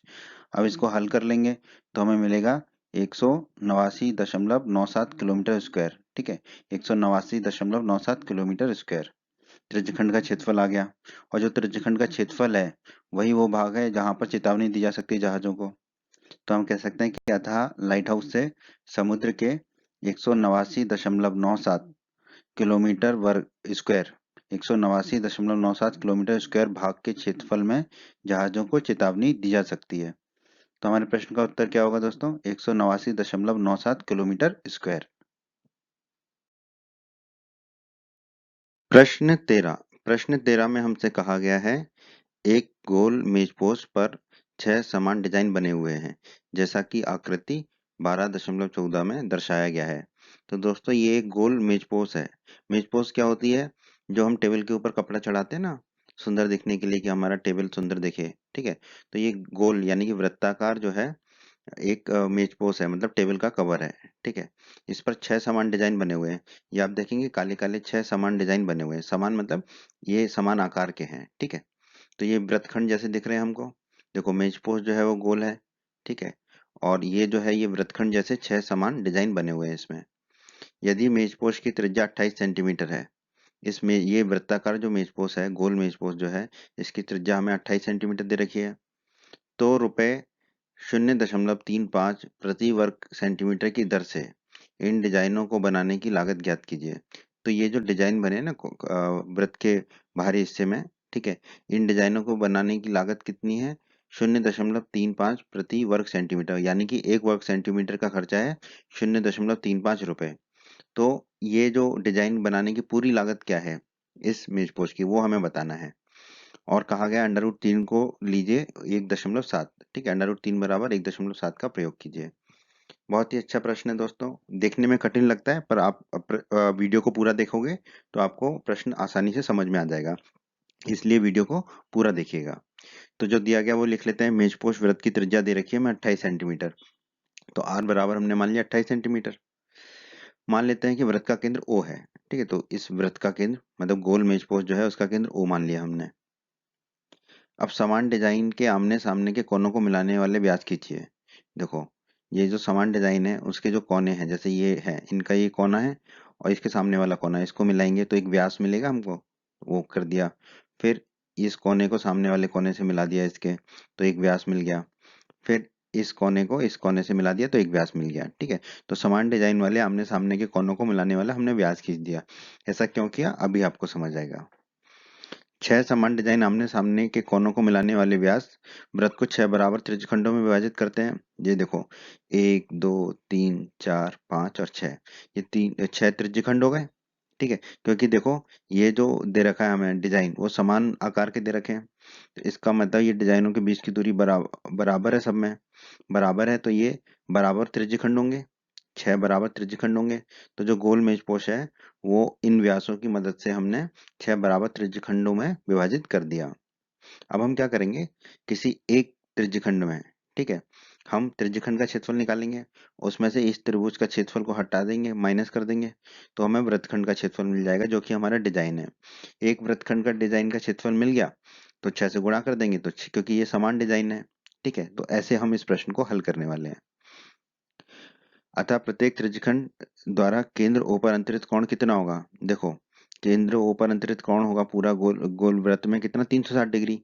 अब यहाँ पर 6 त्रिज्यखंड बने हैं, तो प्रत्येक त्रिज्यखंड का कोण कितना हो जाएगा, प्रत्येक त्रिज्यखंड केंद्र पर कितना कोण अंतरित करेगा, 6, तो 360 में 6 का भाग दे देंगे, तो थीटा बराबर 360 बटे 6। 360 में 6 का भाग देंगे तो मिलेगा 60, तो थीटा मिल गया हमको 60 डिग्री। तो हमने यहाँ पर एक थीटा को दिखा दिया 60 डिग्री। ठीक है, ये त्रिज्यखंड का कोण है। अब मान लेते हैं कि कोई भी एक डिजाइन ए बी जीवा का वृत्तखंड है।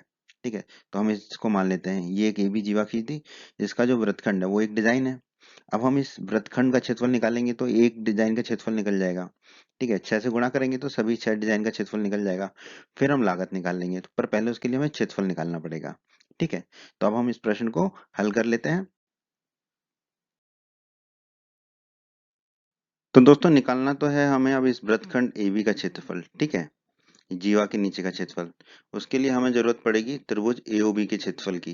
ठीक है, तो अब बात कर लेते हैं त्रिभुज AOB में। OA बराबर OB, OA और OB बराबर है, क्यों, क्योंकि ये एक ही वृत्त की त्रिज्याएं हैं। ठीक है, OA और OB बराबर हैं, तो त्रिभुज AOB में हम जानते हैं कि अगर किसी त्रिभुज में दो भुजाएं बराबर हों तो उन दोनों भुजाओं के सम्मुख कोण बराबर होते हैं। तो कोण ए और कोण बी सम्मुख कोण है ये इनके। ओ ए का सम्मुख कोण है कोण बी, ओ बी का सम्मुख कोण है कोण ए, तो कोण ए बराबर कोण बी होगा। अब हम दोस्तों ये भी जानते हैं किसी भी त्रिभुज के तीनों कोणों का योग 180 डिग्री होता है। तो कोण त्रिभुज एओबी में देखिए, कोण ए धन कोण बी धन कोण ओ, ये कितना होगा, 180 डिग्री होगा, लिख दिया हमने। तो देखो कोण ए को कोण ए लिखा, धन कोण बी को क्या लिखा, कोण ए, क्योंकि कोण ए बराबर कोण बी है तो कोण बी को लिख सकते हैं कोण ए, तो कोण बी को कोण ए लिख दिया। धन कोण ओ कितना है दोस्तों, 60 डिग्री का, तो उसको 60 डिग्री लिख दिया, बराबर 180 डिग्री है। अब कोण ए धन कोण ए हो जाएगा हमारा 2 गुणा कोण ए, बराबर दाईं तरफ 180 डिग्री है वो लिख दिया, और ये 60 डिग्री दाईं तरफ गया तो ऋण के 60 डिग्री हो गए। अब दो कोण ए बराबर कितना हो जाएगा, 180 में से 60 को घटाएंगे तो मिलेगा 120 डिग्री, तो 2 गुणा कोण ए मिल गया हमें 120 डिग्री। अब ये दो जो है गुणा में है तो दाईं तरफ जाएगा तो बटे में चला जाएगा, तो कोण ए बराबर आ जाएगा 120 डिग्री बटे 2। 120 में 2 का भाग देंगे तो मिलेगा 60, तो कोण ए मिल गया हमें 60 डिग्री। ठीक है, और कोण ए और कोण बी बराबर है, तो कोण बी भी 60 डिग्री होगा, तो कोण ए बराबर कोण बी बराबर 60 डिग्री। कोण ओ भी 60 डिग्री है, तो कोण ए कोण बी कोण ओ तीनों 60 डिग्री के हो गए। ठीक है, तो ऐसा त्रिभुज जिसके तीनों कोण 60 डिग्री के हों वो त्रिभुज कहलाता है हमारा समबाहु त्रिभुज। तो ये त्रिभुज एओबी है वो होगा हमारा समबाहु त्रिभुज। और वैसे भी दोस्तों आप याद रखिएगा, सिर्फ याद रखने के लिए, कि जब भी हम त्रिज्यखंड वगैरह के लिए बात करते हैं तो अगर त्रिज्यखंड का कोण 60 डिग्री है तो उसमें जो त्रिभुज बनता है वो समबाहु त्रिभुज ही बनता है। ये सिर्फ जानकारी के लिए। ठीक है, तो हमने यहाँ निकाल लिया अभी। ठीक है, पर विधि तो आपको करनी ही पड़ेगी परीक्षा में। त्रिभुज एओबी आ गया हमारा एक समबाहु त्रिभुज है। तो दोस्तों हमें मिल गया त्रिभुज एओबी समबाहु त्रिभुज है। अब हम आसानी से इस समबाहु त्रिभुज का क्षेत्रफल निकाल सकते हैं। हम जानते हैं, हमने पिछली कक्षाओं में पढ़ा है कि किसी भी समबाहु त्रिभुज का क्षेत्रफल होता है √3/4 गुणा भुजा का वर्ग। ठीक है, और यहाँ पे भुजा क्या होगी इस समबाहु त्रिभुज की? देखो ओ ए ओ बी ये क्या है, वृत्त की त्रिज्याएं हैं, तो हमने आर लिख दिया भुजा की जगह। तो त्रिभुज एओबी का क्षेत्रफल हो जाएगा √3/4 गुणा भुजा का वर्ग, और भुजा है त्रिभुज एओबी की आर यानी कि वृत्त की त्रिज्या। वृत्त की त्रिज्या दे रखी है हमें 28। ठीक है, तो आर का मान रख देंगे हम 28। तो त्रिभुज एओबी का क्षेत्रफल हो जाएगा √3/4 गुणा 28 का वर्ग। ठीक है, अब दोस्तों √3 का मान हमें बोला गया है प्रश्न में 1.7 प्रयोग कीजिए, तो हमें √3 की जगह 1.7 ही रखना होगा। बटे में 4 है, गुणा 28 के वर्ग को लिख दिया हमने 28 गुणा 28। अब देखिए 28 में 4 का भाग देंगे तो ये 4 चला जाएगा, ये बचेगा 7। फिर 7 गुणा 28 गुणा 1.7, इसको हल करेंगे तो हमारा आएगा 333.2। तो त्रिभुज एओबी का क्षेत्रफल निकाल लिया हमने 333.2 सेंटीमीटर स्क्वायर। तो दोस्तों हमने त्रिभुज एओबी का क्षेत्रफल निकाल लिया। ठीक है, अब ये त्रिज्यखंड का क्षेत्रफल निकाल लेते हैं, ये पूरा क्षेत्रफल। ठीक है, जिसमें ये हमारा डिजाइन भी आ जाएगा। ठीक है, तो त्रिज्यखंड के क्षेत्रफल का सूत्र होता है θ/360 गुणा पाई आर स्क्वायर। ये हम अध्याय 12 के परिचय के वीडियो में पढ़ चुके हैं। तो यदि आपने हमारे अध्याय 12 के परिचय का वीडियो नहीं देखा है तो उसे अवश्य देखें। थीटा का मान कितना होगा 60 डिग्री। ठीक है, रख देंगे, और आर का मान 28। तो त्रिज्यखंड एओबी ये जो पूरा त्रिज्यखंड है, ठीक है, इसका क्षेत्रफल हमारा कितना आ जाएगा? थीटा की जगह रख देंगे 60, बटे में 360 है ही, गुणा पाई, पाई का मान रख देंगे 22/7, गुणा आर स्क्वायर, आर है 28 तो 28 का वर्ग। अब देखिए ऊपर और नीचे 60 का भाग देंगे तो 60 में 60 का भाग देंगे तो 1 बचेगा, 360 में 60 का भाग देंगे तो बचेगा 6। फिर 22/7 को लिख दिया, गुणा 28 के वर्ग को लिख दिया 28 गुणा 28। ठीक है, तो ये है त्रिज्यखंड एओबी का क्षेत्रफल। ठीक है, ये पूरा पूरा जो त्रिज्यखंड है, ठीक है, इसका क्षेत्रफल। तो त्रिज्यखंड एओबी का क्षेत्रफल कितना आ जाएगा? देखो 22 में 2 का भाग देंगे तो नीचे बचेगा 3। ठीक है, तो वो 3 नीचे लिखा है, क्योंकि ये 7 जो है 28 से काटेंगे तो 4 ऊपर बचेगा 28 में, और ये 7 चला जाएगा तो नीचे तो बच गया 3, ऊपर कितना बच गया? ये 11 हो गया था, 11 गुणा 4 गुणा 28। ठीक है, इसको करेंगे तो आएगा हमारा 1232। तो त्रिज्यखंड एओबी का क्षेत्रफल आ गया हमारा 1232/3 सेंटीमीटर स्क्वायर।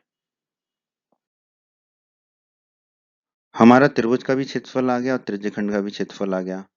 तो अब हम वृत्तखंड एबी का क्षेत्रफल निकाल सकते हैं। ये जो वृत्तखंड है, जो डिजाइन है, वो क्या होगा?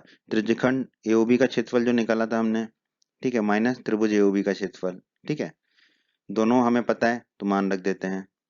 तो वृत्तखंड एबी का क्षेत्रफल मतलब एक डिजाइन का क्षेत्रफल, तो एक डिजाइन का क्षेत्रफल हो जाएगा हमारा, त्रिज्यखंड एओबी का क्षेत्रफल रख देंगे 1232/3, माइनस का चिन्ह लगा देंगे, और त्रिभुज एओबी का क्षेत्रफल है 333.2, वो रख दिया हमने।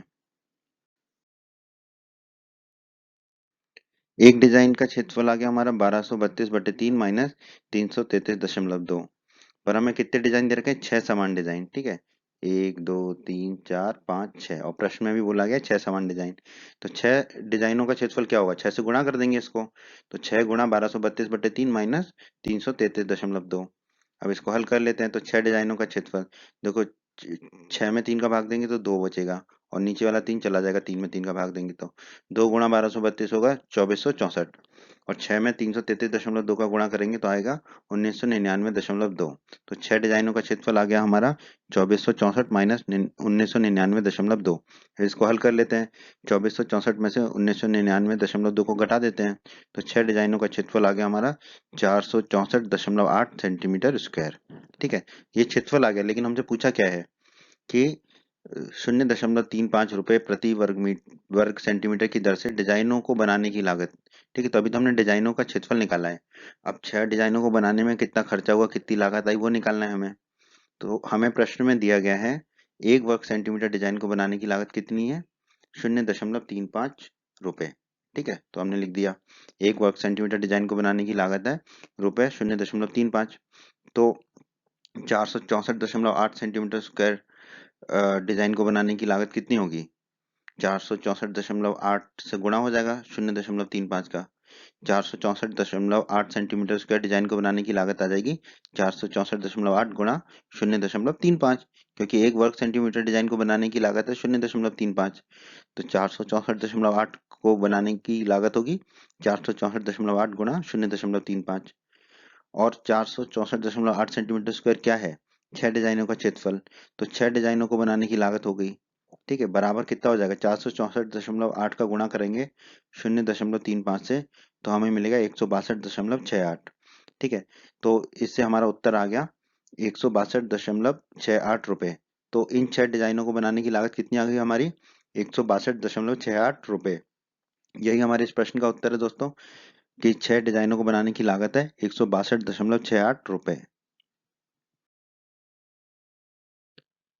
प्रश्न 14 में दोस्तों हमसे कहा गया है निम्नलिखित में से सही उत्तर चुनिए। इस प्रश्न के 4 विकल्प हैं, ए, बी, सी और डी। हमें बताना है कि कौन सा विकल्प सही है। प्रश्न क्या है? त्रिज्या कैपिटल आर वाले वृत्त के उस त्रिज्यखंड का क्षेत्रफल जिसका कोण P डिग्री है निम्नलिखित है। ठीक है, तो हमें बताना है कि एक त्रिज्यखंड है, एक वृत्त है जिसका त्रिज्यखंड है, वृत्त की त्रिज्या कैपिटल आर है और त्रिज्यखंड का जो कोण है वो है P डिग्री। ठीक है, तो उस त्रिज्यखंड का क्षेत्रफल क्या होगा? बहुत ही आसान प्रश्न है दोस्तों, वैसे तो हम देख के ही बता सकते हैं, फिर भी इसको हल कर लेते हैं क्योंकि परीक्षा में आपको हल करना होगा। जो दिया गया वो लिख लेते हैं, वृत्त की त्रिज्या दे रखी है हमें कैपिटल आर, वो लिख दिया। त्रिज्यखंड का कोण दे रखा है हमें P डिग्री, तो थीटा बराबर P डिग्री लिख दिया हमने। अब दोस्तों अध्याय 12 के परिचय के वीडियो में हमने पढ़ा था त्रिज्यखंड का क्षेत्रफल होता है थीटा बटे 360 गुणा पाई आर स्क्वायर। ठीक है, आर है यहाँ पे, स्मॉल आर है वृत्त की त्रिज्या जो कि हमें कैपिटल आर दे रखी है, थीटा हमें यहाँ P डिग्री दे रखा है तो मान रख देते हैं।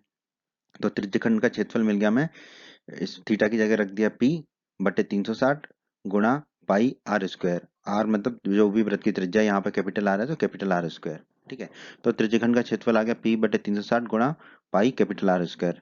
तो देखो जो क्षेत्रफल आया उसमें कैपिटल आर का स्क्वायर है, तो कैपिटल आर का स्क्वायर क्या हमारे पहले विकल्प में है? नहीं है, तो पहला विकल्प नहीं होगा। दूसरे विकल्प में है, दूसरा हो सकता है, बी विकल्प हो सकता है। सी विकल्प में है आर स्क्वायर, नहीं है, तो सी विकल्प भी नहीं होगा। डी विकल्प में है आर स्क्वायर, है, तो या तो बी विकल्प होगा या डी विकल्प होगा, क्योंकि इन दोनों में आर का वर्ग है। ठीक है, अब देखिए बी विकल्प है P बटे 180 गुणा पाई आर स्क्वायर। तो देखो ऊपर P गुणा पाई आर स्क्वायर यहाँ पर भी है, यहाँ पर भी है, पर विकल्प में क्या है? बट्टे में 180 है और यहाँ पर 360 है, तो ये तो नहीं होगा। अब डी में देख लेते हैं, P है यहाँ पे 2 गुणा पाई आर स्क्वायर है, पर यहाँ पर 2 नहीं है, और बटे में यहाँ पे 720 है, यहाँ पर 360 है। तो अब इसको क्या करते हैं, हम ऊपर और नीचे 2 का गुणा कर लेते हैं, क्योंकि यहाँ 2 पाई आर स्क्वायर दे रखा है। फिर देखते हैं क्या मिलता है। तो त्रिज्यखंड का क्षेत्रफल P बटे 360 गुणा पाई आर स्क्वायर तो है ही, और ऊपर और नीचे 2 का गुणा कर दिया हमने। 2 बटे 2 से गुणा करेंगे तो मतलब एक ही होता है, 2 बटा 2 एक ही होता है। ठीक है, ऊपर और नीचे 2 का गुणा कर दिया, तो त्रिज्यखंड का क्षेत्रफल कितना आ जाएगा? देखो P को P लिखा, 360 का गुणा 2 से करेंगे तो 720 गुणा ये 2 आगे लिख दिया 2 पाई आर स्क्वायर। ठीक है, अब देखते हैं हम विकल्प डी को। विकल्प डी है P बटा 720 गुणा 2 पाई आर स्क्वायर, और ये हमारे त्रिज्यखंड का क्षेत्रफल भी आ रहा है P बटे 720 गुणा 2 पाई आर स्क्वायर। तो हम कह सकते हैं कि ये जो विकल्प डी है ये सही है। ठीक है, तो हमारा उत्तर क्या होगा? अतः विकल्प डी सही है। तो विकल्प डी जो है वो हमारा उत्तर है। ठीक है, उम्मीद करता हूँ दोस्तों आपको हमारा ये वीडियो पसंद आया होगा।